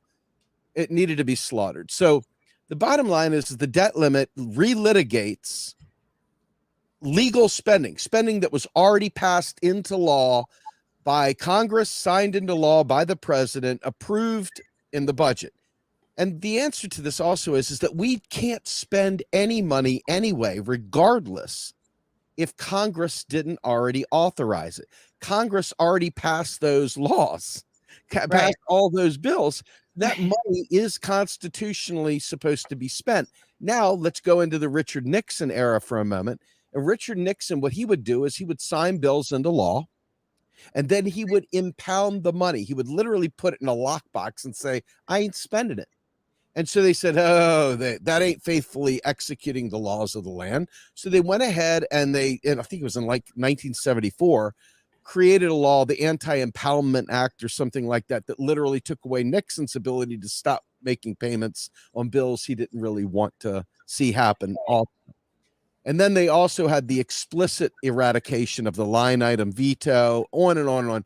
So there is law upon law upon law upon constitutional law that makes this entire debt ceiling joke a joke, and it's one that has a lot of really bad things associated with it as far as it goes for regular people. Yeah. And why wouldn't Biden want to get rid of it? Because when the Democrats are not in power, they want to be able to hold the Republicans hostage with it as well. So that's it's fundraising. It's fundraising. Absolutely. Well, that's why they never codified Roe. And it's so interesting that, and they're still trying to fundraise off of it. And so, which is why I will not allow that anymore. I'm just going to pay for that issue all on its own. I'm going to circumvent but the Democrats are not helping us. They're not helping me get my lady rights in Florida. I could tell you that. They're not fighting for my lady parts. Nope. So I started trying to, I actually went live on my own channel at noon today, trying to explain to people why I use the spicy, angry rhetoric that I do. And it's because most people do not associate economics with an AR-15. Most people focus on violence with the AR-15. They worry about guns. They worry about all this stuff, but they don't think about the fact that, and I'm looking, Jeff Stein of the Washington Post put a great tweet thread out, and I want to read it off to you real quick. He is the best DC guy as far as if you're going to pick one guy that's in there that's really DC, Jeff Stein's the best one they got. That's right. So let me just read to you what this debt ceiling deal says so far. And I want you to remember, while I'm reading this off, remember point blank that none of this had to be negotiated. Biden had every legal precedent. He could have gone to the Supreme Court, ended this debt ceiling lie forever. He did not do any of that. He did not mint the coin. He did nothing but bend a knee to a Republican and gave him life, spoke life into his, existence. Biden could have cuckolded him quickly, but he didn't. Why? Because Biden is a Republican. Anyone tells you differently is just simply not dealing with the reality.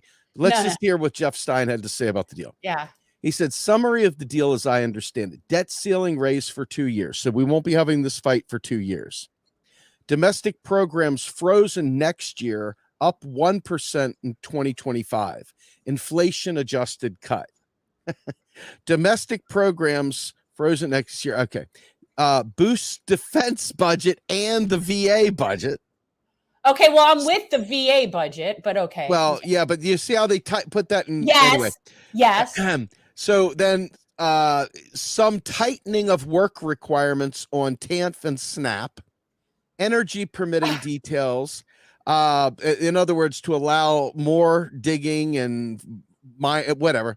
And then claw back some of the new IRS money, whatever. I don't care much about that. But regardless, though, see, when I spend as the federal government, I don't spend on individuals. I spend in macro aggregates. I spend on big things. And that money makes it through the economy. So when that money isn't spent into the economy, whether you like what it was spent on or not, what ends up happening is you end up drying up. It's like a drought in the desert, and the sand starts cracking like you're at Joshua Tree, and it's just a real disaster, right? Anyway, so there's that. So 2 years of basic austerity baked into this agreement. Work requirement for food stamp moves from 50 to 54. So people up to 54 are going to have to work. Ridiculous. My understanding is the energy permitting changes are very minimal. Okay, that's good to know. He says there's a student loan provision as well. The agreement, as I understand it, codifies into law the administration's existing plan to end the forbearance. It's going to be over soon, folks. And the tsunami out of everything else. That's going to be. Oh, yeah. It's going to be biblical. And let me just stop here before we lose this point. Yeah. The student thing is an issue.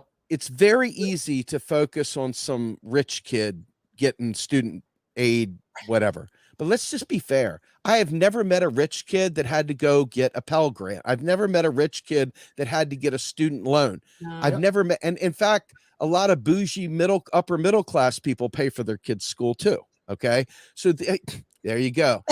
So when you look though at the average person that takes out these big debts, you're not exactly beating up the rich here. You're beating up the poor. Okay. So anyway, when you look at this, most of these people that I'm worried about everyone, but the ones that really drive the nail in are the elderly that had lost their jobs during the great financial crisis in 2008, 2009, that couldn't find work in a business that they were experienced in, had to reinvent their careers, went back to school, took on debt, and now they've got like 5 or 6 years of real work life to make up. But they've got a degree now they got to pay for the next 20 years. So they're going to be 80 years old with a student debt payment and diminished Social Security. You better hope they save like a champ. Most people don't. Most people didn't. Most people will not be able to.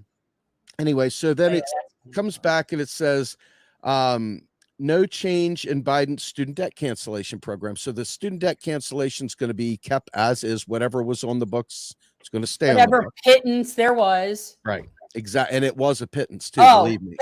And we're going to get into that here shortly. But he came back with a few other points, but most of this stuff, to be perfectly honest with you, I think it's just really important to understand that none of these things are about curtailing the wealth of the rich. It's 100% about tightening the screws and making life harder on regular people. Republicans, and I don't know whether this is theatrical at the top and they just do this stuff because this is what they're expected to do. WWE. Or whether I don't know. Right. I'm being devil's advocate here for a minute. But you think about the fact that they're like telling everyone, if you're able-bodied, you lazy son bitch, get your ass out there and do some work, you son bitch. I mean, this is what the message is, right? And you got a Lauren Boebert out there with her painted on jeans and her AR-15 and her cheating spouse and everything else that she's got going on out there, wagging her finger, letting people know that they ain't getting over. They ain't going to get over no more. We're going to make sure you you scumbag leeches are, you know, and this is literally the rhetoric that they use. So when you have that, and you can see the Republicans are just straight up batshit crazy with their rhetoric. Okay, the things they're saying, I'm not so much worried about the politicians, although I am.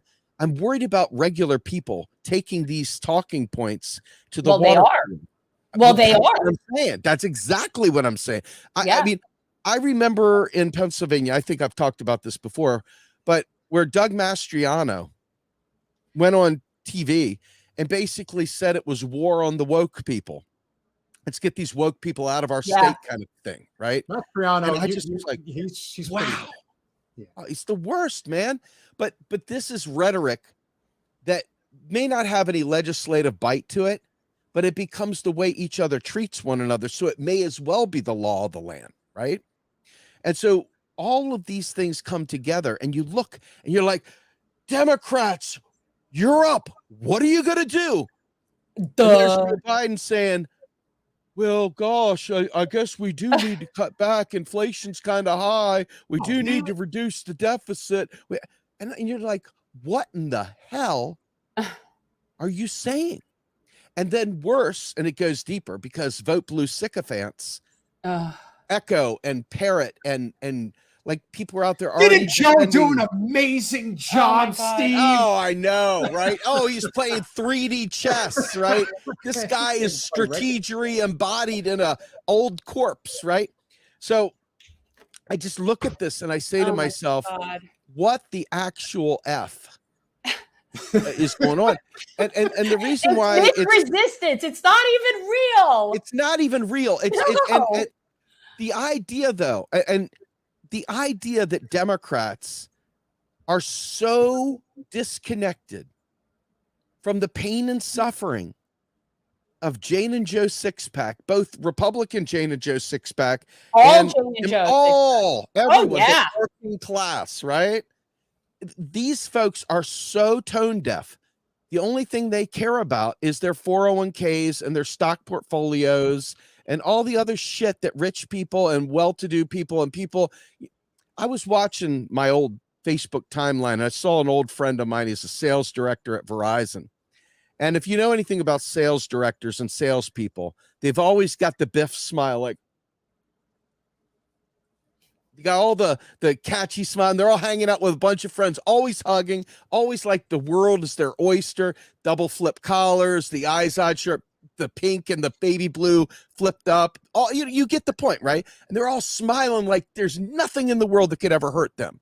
And I'm just looking at that and I'm thinking to myself, holy fuck, when my $120,000 in student debt hits, how am I going to deal with that new $800 a month payment? How am I going to deal with that? What am I going to deny my children? What am I going to do here, right? Because I took on that student debt myself with the idea that there would be an economy that would produce for a guy with 2 master's degrees, et cetera. I thought that a guy with all the certifications I have, that we would have an economy for that, but we don't. And so there you are as a person that's super educated, a resume that could choke a donkey, that's competing with young kids coming out of college now, and they can pay them pennies on the dollar, and they do. So you got to understand the real world out there. And when you cut spending, when you put these kinds of austerity programs in place, it's not just a gentleman's disagreement at the top. It's not just a technocratic thing. It has real life consequences on real people, and people at the margins who already don't have. It's going to be biblical. It's going to be really bad, friends. And to me, this is where my past 10 years, I've tried to get everybody under the sun to understand economics, because these are the wars that we've got to be prepared to fight. And I got to get you out of peanuts and bring you over here into the other world, because I don't want to sound like I'm saying, wah, wah, wah. No, I understand. But I'm saying I so understand. bad. But what I understand what matters, okay, that we're being lied to. I understand I understand the gist of it. And when you were saying before that Democrats don't appeal to, regular people, I I would add, it's not only that they don't appeal to regular people, they actually turn off regular people so much that they're pushing regular people to the right. No, they're pushing them over to me. And I see it all the time. We are out, like, a big part of our lives is some type of canvassing. We're always at events. We're always talking to people. And I can tell you that most regular people are really tired of the elitism and the sanctimonious nature of the Democratic Party. They are sick of it. And what's here locally, all our Dem clubs are out doing is registering voters, but the majority of voters are not registering as Democrats. I can assure you. They're registering more Republicans than Democrats. And yet that's what the Democratic clubs are out doing, is registering voters. In central Pennsylvania, where it is completely red outside of University Park, is that what you will find when you go to a lot of these places? Are there the outliers? Are there the crazies with the Confederate flags and all that crap? Or with the, as we saw. Oh, we saw some guy yesterday. I'm here. Or with the pro-life flag. I yes, know. Well, but they are not the majority. No. They are the outliers and they're crazy, but the majority of people, they like the loud. ones that we were with the other day, oh, they this guy are yesterday. regular working people. Some of them are middle class. Some of them might even be upper middle class. But overall, these are regular people. The Democrats they are not turn them hate-filled off. people. They just want to be able to survive in this world. And they know that the system is broken. And the only thing that is really keeping the GOP afloat is Donald Trump. Everyone knows it. Everyone can see the numbers. It's clear as day. I, for one, actually thought that DeSantis was going to be a real threat. He might still be.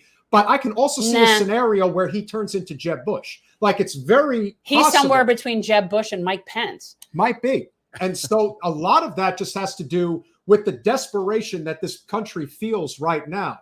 That's why they're looking at people like RFK and Marianne, because they're looking at, well, give me something other than this bullshit I've been fed for so long. And a really great point I wanted to bring I really up. wish Jesse would run. Well, or even, the body or should even be Mark running. Cuban. Or even Mark Cuban. Honestly, I would get behind that. I'd get behind a lot of things right now. Well, we certainly could have Jesse running for I would president, love Jesse and that to would run. be a great experience. Yes, it would. But what I want to say here, which I think is very important, because the one thing that we have been fed for the last 2 years, which we all know is BS, is that if we just replaced Kyrsten Sinema in the Senate, we would be able to solve all of our problems. If we only get Ruben Gallego into the Senate, that's going to solve our problem. But as we know, that is not the real problem here. And I'm going to prove it to each and every one of you. This is the real power of our party, people. Manchin and the parliamentarian. That's why Joe couldn't get anything done. Support them for 24. That's who we're picking, because I got to tell you, if the parliamentarian has that much power, we should be backing her all along. In the 2022 midterms, there was a lady by the name of, I'm not going to say her last name correctly. It's Marie Gluesenkamp Perez. Gluesenkamp. What is this? This is her. And as you can probably see, if I get it close enough, if you can really, stop, because it's a little blurry.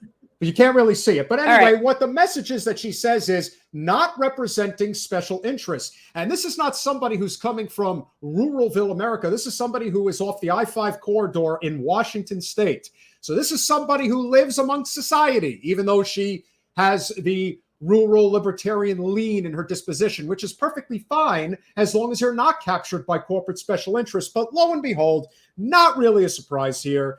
The Debt Collective, a great group that we know personally, put out this information the other day regarding Jared Golden, who we all know is really a libertarian congressional representative, masquerading as a Democrat up in the state of Maine. I'm not really concerned about what he does because we know what his MO is.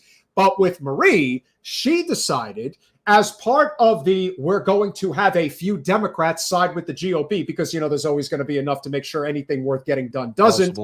Hence the parliamentarian. Today, 2 Democrats voted with Republicans to say that not only should student debt relief be repealed, not only should the pause on payments end, but that you should make retroactive payments for previous months.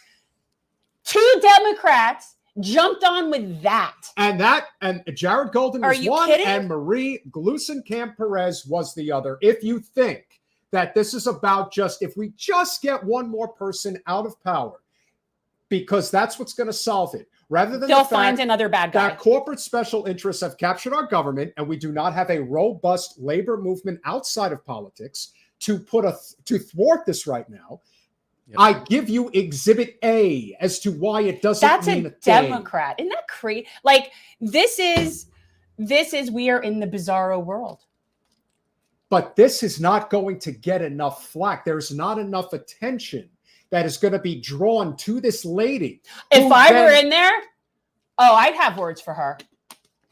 And then the icing on the cake, which you may have noticed, is that she decided to then make a video with Jared Golden and one other representative talking about how we are proud to be blue dogs because fiscal responsibility is the most important thing we can be doing on Capitol Hill. Steve, go teach them something. Can you not? Well, that's what I was going to say. I mean, I can't even get friendlies to listen. Why wouldn't the world would the enemy listen, right? I mean, this is part of the problem. That's why for the last decade plus, I've been trying to get folks to understand that the United States government creates money when it spends it into existence, and that it deletes money when it taxes it out of existence, period. Full stop, end of story. And so all this fiscal responsibility, if you really believe that, okay, we need to have a talk. You're not a very, very informed person, and I can help. However, I don't believe that this is accidental. I believe that this is a well-known thing, and I believe that it's malicious and malevolent. I'm not here to stroke anyone's hair. I'm here to tell the truth, and the truth is that forever, I mean, going way the hell back, okay? We knew back in the day that we used to burn money. We used to literally take these, tobacco and burn it. We would take coupons and trash them. We knew that money had done its job when the debt was paid, and they didn't sit there and look around. Where are we going to find the money? They know this. They know this. They know this. So what it does in the end is it breeds absolute precarity amongst regular people. And it creates this barrier, this like middle zone buffer of the very people you were talking about. They're not crazy. They're not this. They just don't want, blah, blah, blah. These very well-reasoned, very thoughtful middle-class people that just don't want their hard-earned tax dollars wasted on someone's bad choices. And they think it's wrong that they paid their student debt, but they won't. And why should I fund that? It's all very commonsensical if you don't understand that the government literally is the creator of the dollar. We don't borrow from some private bank. But because we're stupid as hell and we're recalcitrant, we're stuck in this little rut, we don't have any power to fight back. That was the point of creating that narrative. That was the whole point of them. Well, it was definitely the point of it being perpetuated past it not being the actual system anymore. Oh, right? Hold on. Pull this up real quick. There's a comment by Travers Wolf. Please pull his comment up here for a minute. Which one? That one right there. See, this is the left trying to do monetary policy, trying to talk economics. The petrodollar is not what everybody's trying to make it out to be. Okay. The fact of the matter is that it's just our currency. We have the ability to do whatever the fuck we want. The problem is that people conflate other countries that require our dollars. Okay. They have to purchase those dollars on the open market, or they have to earn them through doing business with us in some way, shape, or form, or whatever. So they're very concerned about the quote unquote value of the dollar so they can get it to make their oil purchase. Let's just say the petrodollar system vanished tomorrow. The fact of the matter is, as long as the U.S. IRS is able to enforce a tax, regardless of whether you like it or not, the dollar will have plenty of buying power. The issue will not be whether it can buy things. The issue will be whether we get cheap imports. And if we don't get cheap imports, guess what? They're going to bring production home. And guess what? We're going to buy domestic. We're going to buy a replacement product. But other countries are going to step up and say, hey, we want a piece of that 350 million person market in the U.S. And so it breaks my heart that lefties live and die on the petrodollar, because it's just a sign that they don't really fully understand the way a currency operates. All these other countries, they don't have a petrodollar, But what do they have? They have fucking universal health care. What do they have? They have free college. What do they have? They don't sit there and have to work till they're 54 to earn their little stipend of TANF food or SNAP food or whatever. So this stuff really bothers me because instead of focus, like I watch some of my good friends that have good big channels, get lots of views, talking about the end of the dollar. So what do? I go out and get a real economist to come and talk to me that understands the flows. Yan Ling, who is a Chinese economist and MMT economist from Willamette University. She was this Saturday's Macro and Cheese. And she talks not only extensively about the BRICS and how it's great, we really need additional choices out there, but it doesn't spell the end of the US dollar by any stretch of the imagination. But every one of these YouTube channels and big block letters, the end of the dollar. It's like a Ron Paul, Peter Schiff kind of 3 a.m. Bitcoin kind of garbage commercial. And we have people that are sadly addicted to this kind of James Bondism that is going to really makes us look incompetent when we talk to our friends and relatives, and not just them, but when we're looking at the people we're really trying to fight and take on. They know the story and they're like, we don't have to worry about them. They're still talking petrodollars. You know, it's like literally, it's just like take yourself right out of the game. And I don't mean that mean. I'm not trying to be harsh. My problem is that I'm trying to help us understand that anybody can create a currency. Like Zimbabwe, right? They had their own currency and they had hyperinflation. Well, why did they have hyperinflation? They had hyperinflation because number one, Mugabe had taken all the crops away from the colonizers, gave it to the warriors, and the warlords didn't know how to farm, but the colonizers did. And the colonizers on the way out the door flipped the match in the field, set them on fire, brought the productive capacity way down. And it didn't matter how many Zimbabwean bucks you had, there wasn't enough food to go around. So you were going to have hyperinflation, but they're going to say, oh, but the petrodollar, stop. There's real answers out there. That ain't it. And I see these big channels hyping up the petrodollar like it's freaking mother's milk, and people lapping it up, and they come to me and I'm just like, I love you. My God, how much money do I have to give you to stop saying petrodollars? Yeah. Can I give you my son? Can I give you my home? Will you stop saying petrodollars? I'll cut my foot off. Will you stop saying petrodollars? Will you stop? Well, I will say that my knowledge of it, really, to the extent that I have any knowledge of it, is the fact that the countries that don't want to deal with us and want to deal with other countries, those are the countries we tend to villainize the most. Those are the countries where we, of course, want to have, our coups. So when we start talking smack about Venezuela, my only thought is, because they're not on the petrodollar. They don't want to play our game, right? But that was my only even thought of it, was that just, and I do still think that that's why we hate those countries, because they don't want to play with us.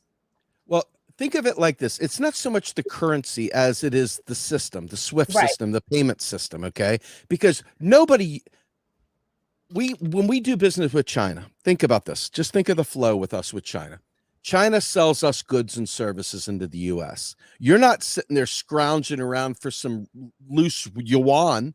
You're not wondering if you've got any British pounds. You're not scrumming around looking for some Australian dollars. No, when they sell goods and services into the U.S., it's transferred into U.S. dollars, and those payments then are held at the Fed. Those people, whoever they are, can make a choice. They can either A, take that money and invest it in bonds of the U.S. government, which makes up our debt, but they haven't done anything. We're not printing new money. They've literally, that's their money. They earned it selling goods and services to us. They earn a nominal interest rate, 2%, whatever, over a period of time. You'd be an idiot not to take that deal. It's not like some big, massive debt. Right. So people just don't plug this stuff. Nobody uses dollars like in their country, like as their primary currency, unless, of course, they're just a third world country that's got a million different things going on. Nobody knows what's going on. They're like, here, take $1. I'll take that. Right. Sure, why not? Kind of thing. Bite the coin to see if it's real. But Steve, real quick, Peter, real quick. Let me finish this thought and I'll get on. I just want to make the point that what happens is that because other countries need US dollars, because they've either pegged their currency to the US dollar, and therefore they need to have enough reserves in the bank of US dollar holdings to be able to manage US dollar transactions. Or the other part of that is that they want to buy oil. And so within that space, people will go out there on the open market, trade their currency for US dollars. And if the US dollar is high, then it's harder for them to get more dollars to pay for their stuff. It's the same Forex swap that everybody does. It just happens to be, in this case, US dollars for petroleum.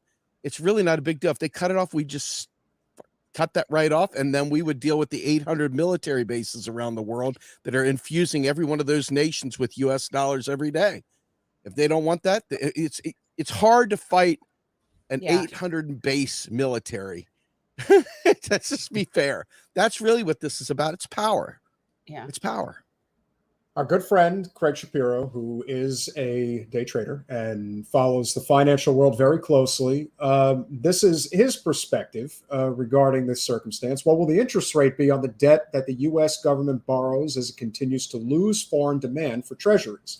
So I'm sure you're looking forward to this. That, to me, is totally the voice of the teacher from Charlie Brown. But thank you.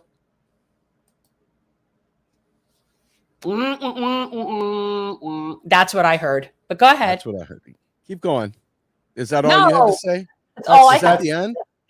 That's all Craig had to say. All right. Look, so how do you deal with that? What do we care about whether people want the U.S. dollar? People don't use the U.S. dollar. The issue is, do they do business with the U.S., right? Do they sell goods and services to the U.S.? Do the U.S. want to sell goods and services to them, vice versa? If we do, then there's a currency swap with Forex out in the market. That's it. All right. There's a balance of payment story there. All right. And it's really not that big a deal. Every other country deals with it as well. The whole point of these kind of reserve currencies, I did a great podcast with a guy named Dirk Entz, who's a German economist and an MMTer, because MMT isn't just a U.S. thing, despite the fools that try to say it is, right? Really? Anyway, so I have Dirk Entz talking about, and I'm like, Dirk, don't judge me, but I'm asking the questions the illiterati bring to me. And I want to ask you about, China suddenly becoming the reserve currency and US dollar no longer about. And he has got no dog in this fight. Doesn't give a rat's patootie about the US dollar in that sense. And he's like, listen, in order for a country to be a world reserve currency, to really, really be a world reserve currency, they have got to be willing to deficit spend like you wouldn't believe to get that currency out into the world. Number one. China doesn't have any desire to deficit spend money out into the world. So they're already not playing from that sheet of music. The other thing that has to happen is people have got to want to have robust gains, because that's what this is all about. This is all about capitalism and investments and stuff like that. It's not in reality anything to do with the power of the nation state to be able to provision itself and buy goods and services for the people. So China does not have a Wall Street like what we do. They don't have that robust financial district. So that still lives in New York City, period. And this has gotten almost a century of embedded investments that every one of these countries has. Even if they dump the dollar, who gives a rat's ass? I mean, for real, it doesn't matter. The issue is, do you want to do business with us? If the U.S. if Libya decided that, with Gaddafi was still around, they decided they were going to have a gold-backed currency. The U.S. would then in turn probably have to do some Forex swap. If it wanted to do business with them, they'd have to do a Forex swap to go ahead and get the kind of currency that they want to buy the thing. No big deal. Everyone does it. Is it going to be the price you want? Who knows? At any given time, they fluctuate on the free open market. Who cares? The only place this really matters is in developing countries, people with U.S. dollar denominated debts, and the U.S. as long as it wants to be a net importer. The minute the U.S. decides that it doesn't really care about having all these cheap imports, we'll bring that domestic production home or build other alliances with other nations. And again, this is not to say I want the U.S. to stay an empire, because that's not what I'm saying at all. I'm just telling you how it works. This is not my system. I'm not a capitalist. I'm a socialist. I don't want this at all. Okay? Yeah. So with that in mind, as long as you understand that the U.S. is just like Japan, who has a 300-to-1 debt to GDP ratio, by the way, and like next to no inflation, all right? They have robust services for the people. They have health care. They have everything. They have, like, public lands. They have all kinds of really wonderful services. Even after we trashed them, even after we dropped Big John and Little John and all the other crap all over Nagasaki, you name it. We literally, and the explosion of their nuclear reactors, you name it. I mean, point I'm making here is that most of the people that bitch and whine about the US dollar and stuff like that are investor grade sleazeballs. Okay, these are the friggin' bond traders, the bond vigilantes, people that I literally would like to use as fertilizer in a field to grow good foods and nourishment for the global South. That's eating the rich right there, man. That's it. That's how you eat the rich. Yes. All right. So let's address. I understand where Craig is coming from, and the one thing that I think needs to be clarified, which is a huge part of this conversation, if you've noticed online, I'm sure you have, they are talking about, well, the deficit's growing, and we have all this debt, and blah blah blah blah blah. And by the way, in the last 4 years, the 4 years that Trump was in office, our deficit grew to a quarter of the entire deficit that's ever been spent in the history of the country.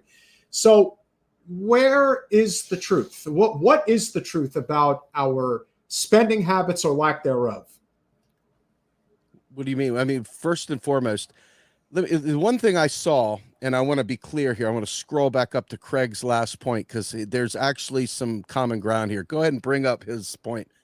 He says this extra interest paid out goes in the hands of the wealthy bondholders. That's it, right there. Boom. It's a basic income for the wealthy, who then can raise their demand for services and goods, which becomes even more inflationary. These are true statements to a degree. The problem here is this. Rich people only buy so many loaves of bread.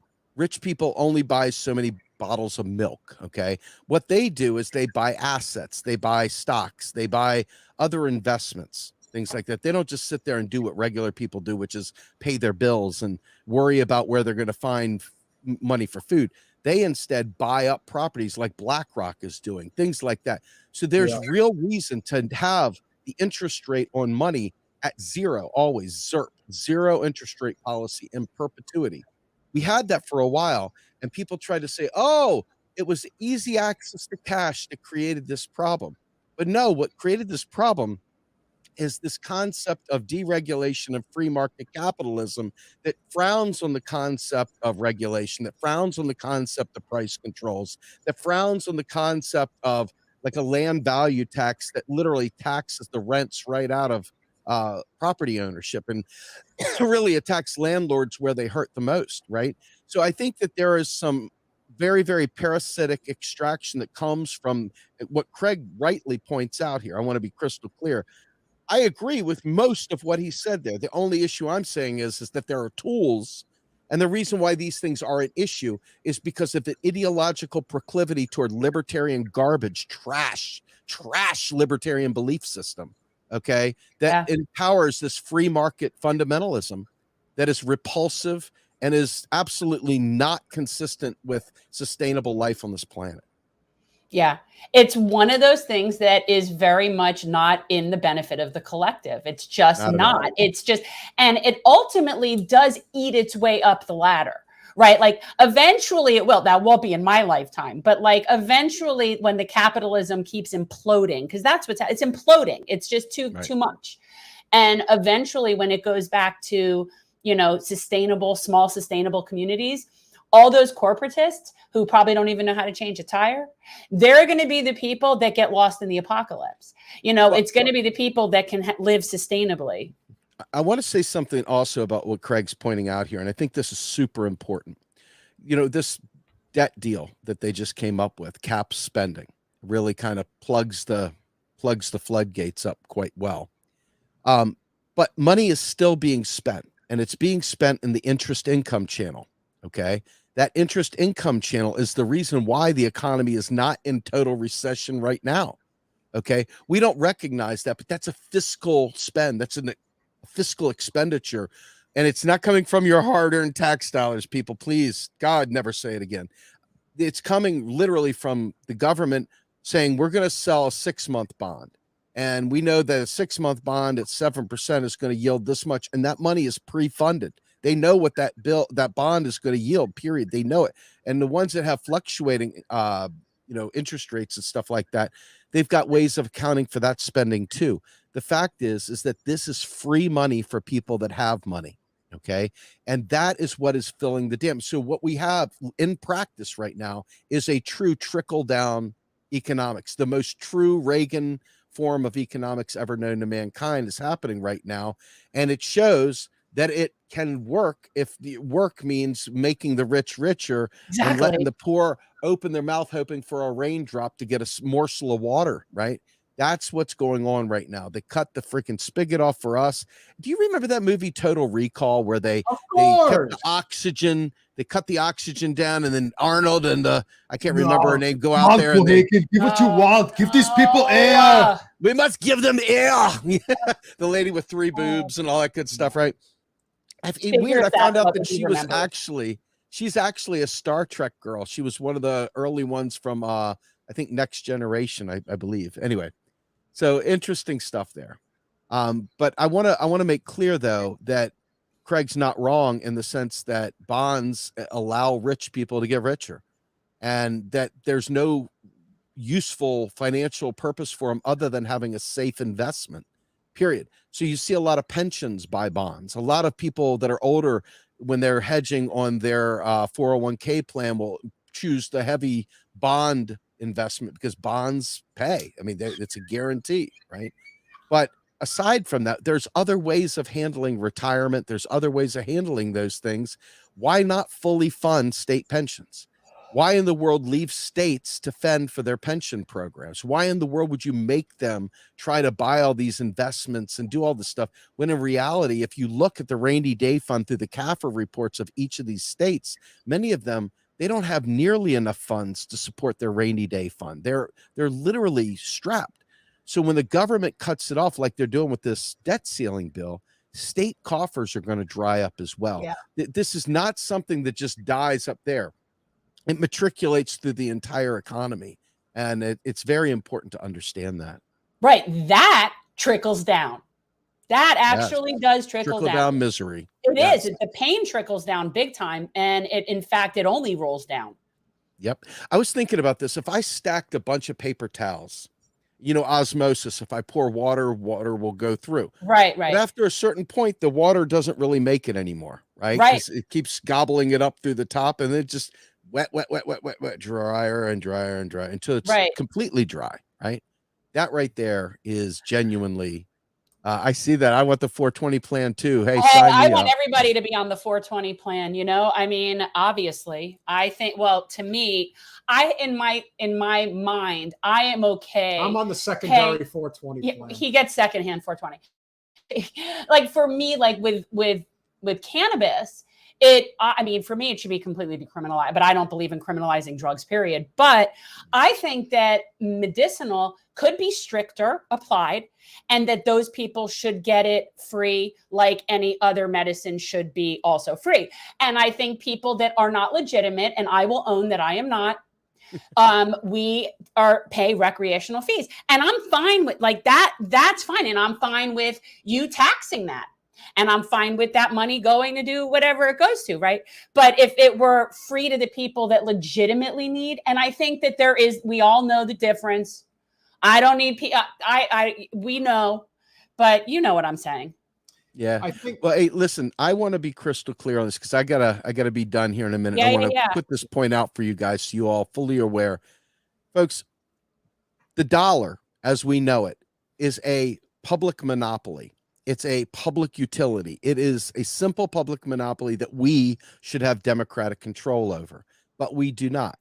Because it's not because of the private Federal Reserve and the Jews and all the other horrible shit that somebody say, right?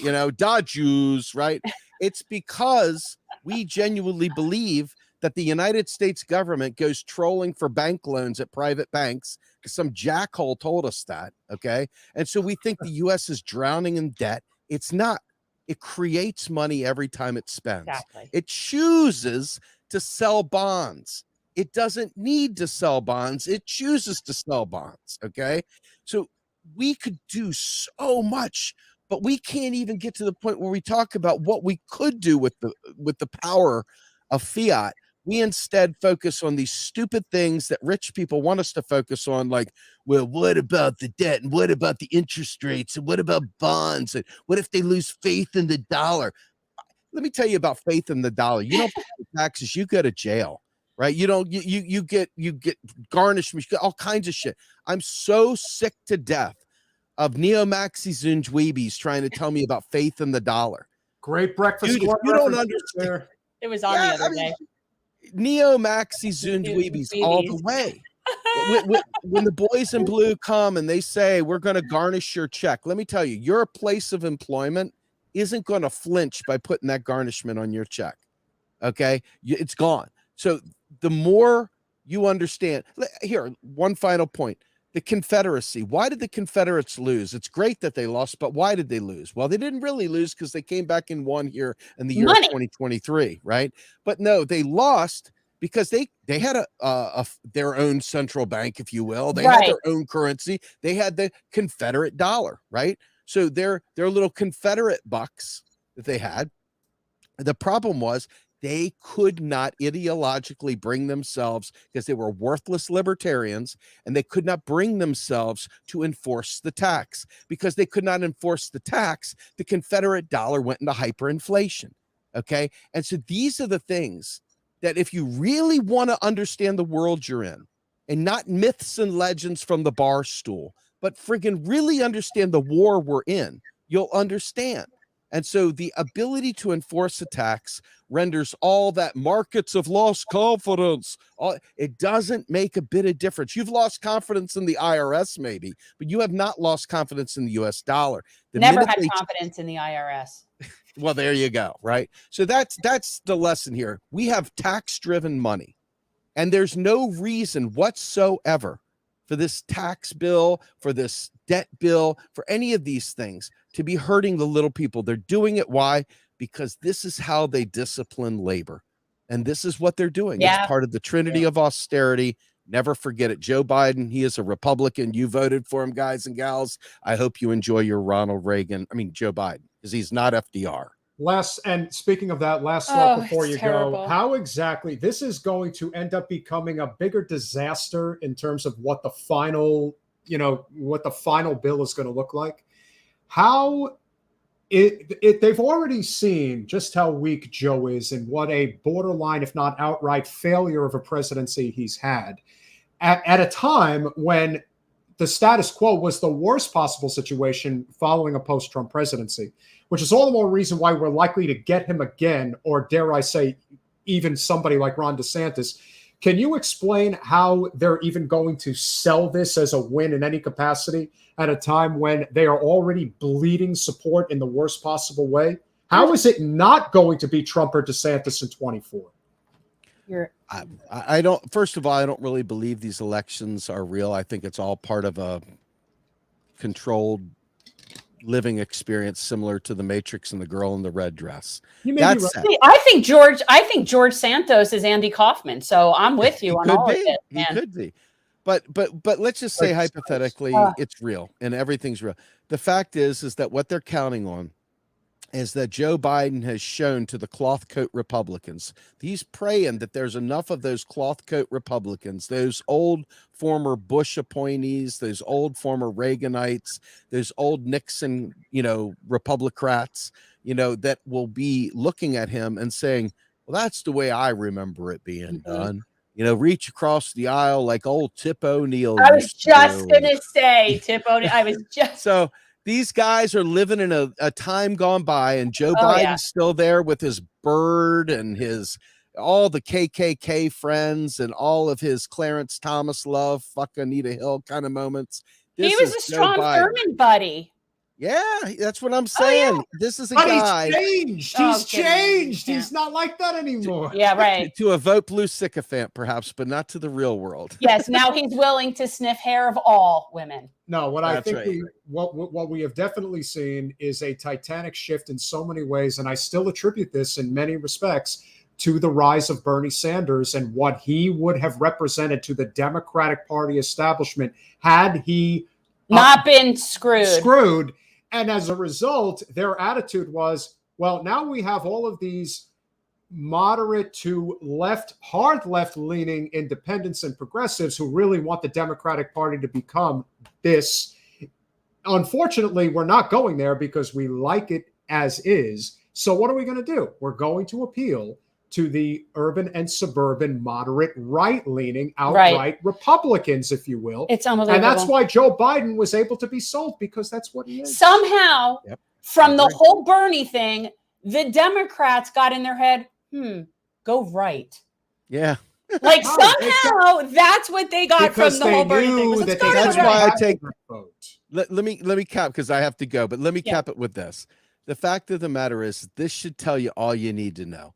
We have no say in this election stuff. No. We have no say in their priorities. We have zero say. We have no agency here. And I'm not smart enough to tell you not to vote, but I am smart enough to tell you that if you think voting your way through this is going to win anything, you are completely high on like motor, oil solvent cleaner or something like that, or that Rush poppers or something. I don't know. You're screwed in the head. So anyway, with that, I got a boogie. Right, so folks, thank you for having me on. Check out the Real Progressives and the Macro and Cheese podcast. Steve Grumbine, always welcome, always a pleasure. Bye, Steve. Thank you all. Appreciate it. Take care. Bye-bye. So needless to say, this has been a really great podcast. We have done some really exceptional stuff today. But of course, we are a small but mighty channel. We are as small you know, but mighty. if you do like our work, please go to patreon.com/generational change. For as little as $5 a month, you get yourself a Lulu sticker. And I would like to point out, I have one more. I have tons of these. I have one more of this that isn't this one, because this one's all wrinkly from being held up. For the $10 patron, you will get yourself a mansion parliamentarian. I mean, this is the most likely scenario, and considering the fact that the very corrupt No Labels Party is really leaning hard, which is hilarious. I'd like to say we've had this bumper sticker for over a year. Hey, listen, I am totally the person who said, make America great again. And then Trump and his people came out with it as well. And I'm thinking, man, maybe our channel really does get to We're people. small but mighty. We are small but mighty. But so, guys, the mansion parliamentary thing, this is what happened. We were sitting here. No, we were talking about they can't get this through because the parliamentarian. I'm like, okay. So you're telling me the president of the United States, who is the most powerful person in the world, that we have to be so worried about who gets that job, yet they're not more powerful than the parliamentarian? So I figure if the parliamentarian has that kind of pull, I'm with her. I don't need to know her name either. I've seen her. She looks very professional. Maybe. Well, whatever. Well, if you're feeling a little extra generous, remember the $25 a month patron gets one of the Here Comes the Sun generational change baseball jersey. It's very silky soft. Smooth, He loves to say that. It is. I do. Hey, listen, who doesn't like a good for t-shirt? God's You know sake. what I'm saying? It's really, really comfortable. But of course, for those of you who really are not interested in putting your credit card on the grid and do not want to be hit with charges that you feel free to cash out. And guys, you know all of our stuff, and we are small, so we don't. I mean, basically, we have a couple of guys that help us do clips, but other than that, all of our money goes to service and helping dollar people. Sign Gen Change. We do like to make a contribution. What do we do? Well, these are my little hygiene packs that we have. I'm giving them out, but that's the kind of stuff that I spend our money on, is to give out. And we sent money up to it was a fox farm in East Palestine, so he could evacuate his foxes. This is the kind of stuff that was keeping me up at night. Yeah, so I always like to say, I appreciate. So you can't help everybody, but like if I you can help the animals. I can help some people, so I help who I can help. We're small. I don't have a lot, but I give what we can. But anyway, that's what we do with our money. We don't make money here. If you enjoyed today's we just show, work. We work for free. Yeah, we are really working for free. I've been working Which for means free I've got to for go about work for real money after I get out of here. I feel like I've been working for free since I met you. If you blame it on me, then. I'm just saying. I just feel like since I met you, I've been working for free for 4 years. So if you are enjoying our content today, and Lord knows you have, and there will be clips that will follow, make sure to tune in on Wednesday. Again, we're going at a special time, but it's not that special. Not that special. How it's early? In the evening. 7. 7. Oh, so at 7 o'clock on Wednesday, we will be live with our good friend Jordan Chariton of Status Quo News. He is coming on to talk about another ecological disaster that people really do not want to talk about. Why don't they want to talk about it? Are we having to deal with Michigan yet again? Yet again, Michigan. Michigan. But you know what? Here's what I wonder, though. Okay, I actually think that, you know, Michigan is, of course, very egregious, and it seems to now be like the poster child for it. But for every rat you see, there's 50 you don't. Oh, yeah. So in my mind, like, we can keep fixating on Michigan, and I would love for the people of Flint to finally get their fucking water cleaned. Like, it's just absurd at this point. But this is happening everywhere. This is happening everywhere. I would venture to say, and we don't even know, we're going to be having issues with our water here.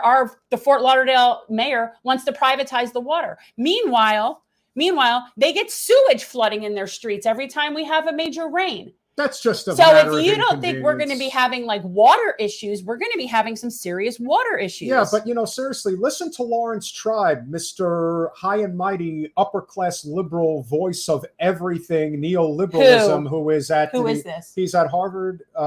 He is the. Who is this? I don't remember what his exact title is, but Harvard is actually what Harvard University is doing with a nice chunk of their endowment is buying up land for pathways for drinking water. I wonder why they're doing such a thing. Well, yeah. Well, it's just another form of control. Oh, yes. And when we're going to have people fighting over clean water. I'm fascinated with, they keep building condos down here. Not only do we need to head to higher ground, people who are south of Lake Okeechobee, I'm not kidding. We are not going to have enough drinking water for all of these people. I don't think people are really wrapping their heads around the water situation. So Jordan is going to come on and discuss what is going on in Kalamazoo. And the reason why this is so significant is because the Democrats, without question, come 2028, are going to be prepping Gretchen Whitmer to run for president and make her the first Madam President. But with the amount of dirt under her fingernails, it's going to be pretty freaking bad, although we will give Michigan credit, obviously, for repealing right-to-work laws. I would argue she also inherited a lot of this. That's probably true, but where you plug one hole, a whole bunch of others openly open up in other places. You're going to poke me in the eye with that pen. And so Kalamazoo, we will be discussing that, but what we will also be discussing, which is very, very important, we will finally get Matthew Cook from David Sirota's The Lever to come on, and he is going to follow Jordan, and he is going to be discussing how Medicare Advantage is one of the biggest scams you've ever seen, in the billions upon billions of dollars, and all the reason why we apparently can't afford universal health care. Yeah, no, you know what? I feel like I'm having deja vu. Who did we, and it wasn't Wendell. Who did we, I feel like in the past 2 years, no, I know he's come on, but in the past 2 years, I read a book and there was definitely a large segment of it about that. Oh, I know what it is. Sorry, Tom Hartman. And it was The Hidden History of American Healthcare. Canelo, you absolutely can. If you want to support our channel, I'm going to put the email in. Make a request at generationalchange@gmail.com. Send me your address, send me your size, and we'll hit you up. We would very much appreciate it. Absolutely. For anybody else, just the same. I would be more than happy. We have a limited amount of them, and we have more shirts coming. But any contribution to the show, certainly. And then but when you people interrupt the pothead, I really lose my train of thought. Now I don't care. I have to deal with this shit. Oh. You God damn it, man. We deal with some really heavy shit. It's like, what do you expect me to do? Well, fair enough. I mean, so wait, what else you were saying what else we were going to talk about? Well, the Medicare Advantage scam, which is something that I had my epiphany as to who it was. And it reminded me that we're having Tom Hartman on again. Right. Because Tom also did a very lengthy bit about that whole Medicare Advantage fraud, that whole grift. So when people say that, oh my God, Medicare for all, that wouldn't work. No, of course it would work. But again, what do you need to do? You need to remove the for-profit middlemen in between us and our doctors. Why is this complicated? And that is what Medicare Advantage is. It's a for-profit middleman that doesn't need to be there. Actually, I would argue Medicare Advantage is actually even worse because you're really preying on the elderly people who don't understand how it works. And it is a specific scam for elderly people. And and I see it all the time when people get their thing to get onto Medicare and they start getting approached by all the different people and you got to get this plan and you got to get this plan and whatever. And people really don't understand how any of this works. And quite honestly, it's insane that we should even have to sit here and figure this out. Like, well, if you take this plan, you can get your vision, but you're not going to get your dental. Your dental is a whole other thing. Or you know what? Maybe just rip your teeth out and get dentures and then you won't have to worry about dental. But like all of this stuff is just insanity. Yes. It's just fucking crazy. No, if you're sick, you should just get sick. Like, I cannot stand like we're nitpicking over Medicare Advantage plans. Do you know that that's like just the concept is silly? The The whole bottom thing line silly. is we need universal health care, we need Yeah. a living wage, we need a robust labor movement to fight back against We this need a lot of nonsense. things. We need to really remember what Memorial Day is all about. It is honoring those that have served and given the ultimate sacrifice. And how do you best honor We those? kind of did it more like we would do a Labor Day, interestingly. That's very true. But We- how do you best honor those who have given the ultimate sacrifice? Figure out ways to not have more people suffer the same fate. Yeah. Which means, Stop sending people to war for profit. correct, the war in Syria, which people want to pretend is not happening. I was going to say we genocide- should have Rania come on and talk Yes. about what's going on with Syria and Turkey, because this is a major situation the that's happening. genocide in Yemen, which is still happening and it's not being talked about. The very dangerous, endless war that is Ukraine and must end. And it could end tomorrow by bringing people And we to the could even negotiating we could table. even get on the third rail, you know. And yet, for whatever reason, the president of the United States saw to it to make a grand bargain by increasing the Pentagon budget by 10%. So, needless to say, You know what? I can't. we will not get our way out of this. This is why But by we all can't get means, into cannabis. please continue to talk about how women don't have a right to control their own body. We don't hear. Please continue to talk about We have to talk about that. What am I supposed to talk about? Because I'm going to end up killing people over that. I'm not kidding. I have gotten to the point on that issue where I will not. Not only won't I debate it, I would honestly just as soon kill you. Yeah, I really if you would. ever Like, run for I am office again, so- they're gonna have that on your ass. I so don't. You just know saying. what? You're talking about people encroaching on my bodily autonomy. Oh yeah, no, that's exactly what I'm going to be killing people for. That's the whole point. You're getting into my business. Whether it is the right to bear arms, whether it is LGBTQ, whatever it may be, if you are not talking about the fact that we cannot afford to live, that our rights are being eroded every day, the fact that we are the only developed country on the planet that doesn't have universal health care or universal education, the fact that we have endless war because our war, We're the because of world's our largest economy. penal We are- colony. we are the world's- we do not have real criminal justice reform. No, we have what 2 million incarcerated. We have more people incarcerated than China does. And if that's not enough, we have a planet that is on fire, and we are still pillaging it to no end. Literally and we totally on are fire. going to have the Literally come on back fire. and drill the shit on our own land. That is not the solution. And by There the are way, plenty of who others. issued more drilling permits? Was it Trump? Captain No, Joe Biden. it wasn't Trump. It's Did been you Joe know- Biden with the Did you drilling know permits. that? Did you know that Joe Biden issued more drilling permits in 2 years than Donald Trump issued in 4? How do you like that? Try selling that to the American people next year. Let's see how well that goes over. It's not going to work. Again, he barely won. I'm telling you guys, if it weren't for that, first of all, I don't think he won as much as Trump lost because of the pandemic. Oh, 100%. He And the didn't win. fact is Trump that lost to the Joe pandemic. cannot, I do not see how he can win again. He barely won last time, and his record is not going to, But remember, I don't people, see it. there I don't is- see how he can win But again. remember, people, there is not actually a primary going on in the Democratic Party. Joe is just inevitable, and you must obey. And I'm just much more interested in the shit show on the Republican For- side. It's going to be I think- so entertaining. I think Mark Fabian was in the chat. He was the one who said it earlier, which I thought was an excellent, excellent point. I know you don't like John Carpenter because most of what he does is all horror-based type stuff, I'm but not. you have to see They Live. I'm not watching that. No, but They Live. No, I'm I don't telling you. care. They don't live for me. I don't want to watch that. Oh. I don't like watching All right, creepy so then what? shit. You like Rowdy Roddy Piper, didn't you? Well, yeah. Okay, so then all you need to do is see the one scene. Do I not bleed? Okay, well, Roddy had this one scene in the movie where he puts on the glasses that allows you to see exactly what the mass consumerism of America really is all about. Just see that one scene. I And then tell cannot with me- you, because I feel like it's like the same as with my husband or my kids. They want to show me something. They think it's so funny. They show it to me. I never think it's funny. And then they're like annoyed at me for not thinking it's funny. So let's just assume that we do not have the same sense of humor and move on. No, it's not that. It's the message. That's what's important. Oh, You for need to see the God's message. sake. Smash the like button, like, subscribe, contribute if you can. Do all those wonderful things. A big thank you to our amazing opening panel, David Jolla, Francis Fisher, Jolie Fisher, and of course, Sean Astin. And of course, to our great friend, Steve Grumbine, for bringing the facts about the nonsense that is this debt ceiling. Smash the like button We could again. have like the Seinfeld Merv Griffin episode here. It was in one of the top 3 of the last season. I got to pull that for you. But yeah, I'm sitting here. I'm like, we're like that. We're like friggin' Kramer in his apartment with the Merv Griffin stuff. Where are the cameras? Tune in Wednesday night at 7 p.m. for Jordan Chariton of Status Quo News and Matthew Cook of The Lever. We'll see you then. Bye, y'all.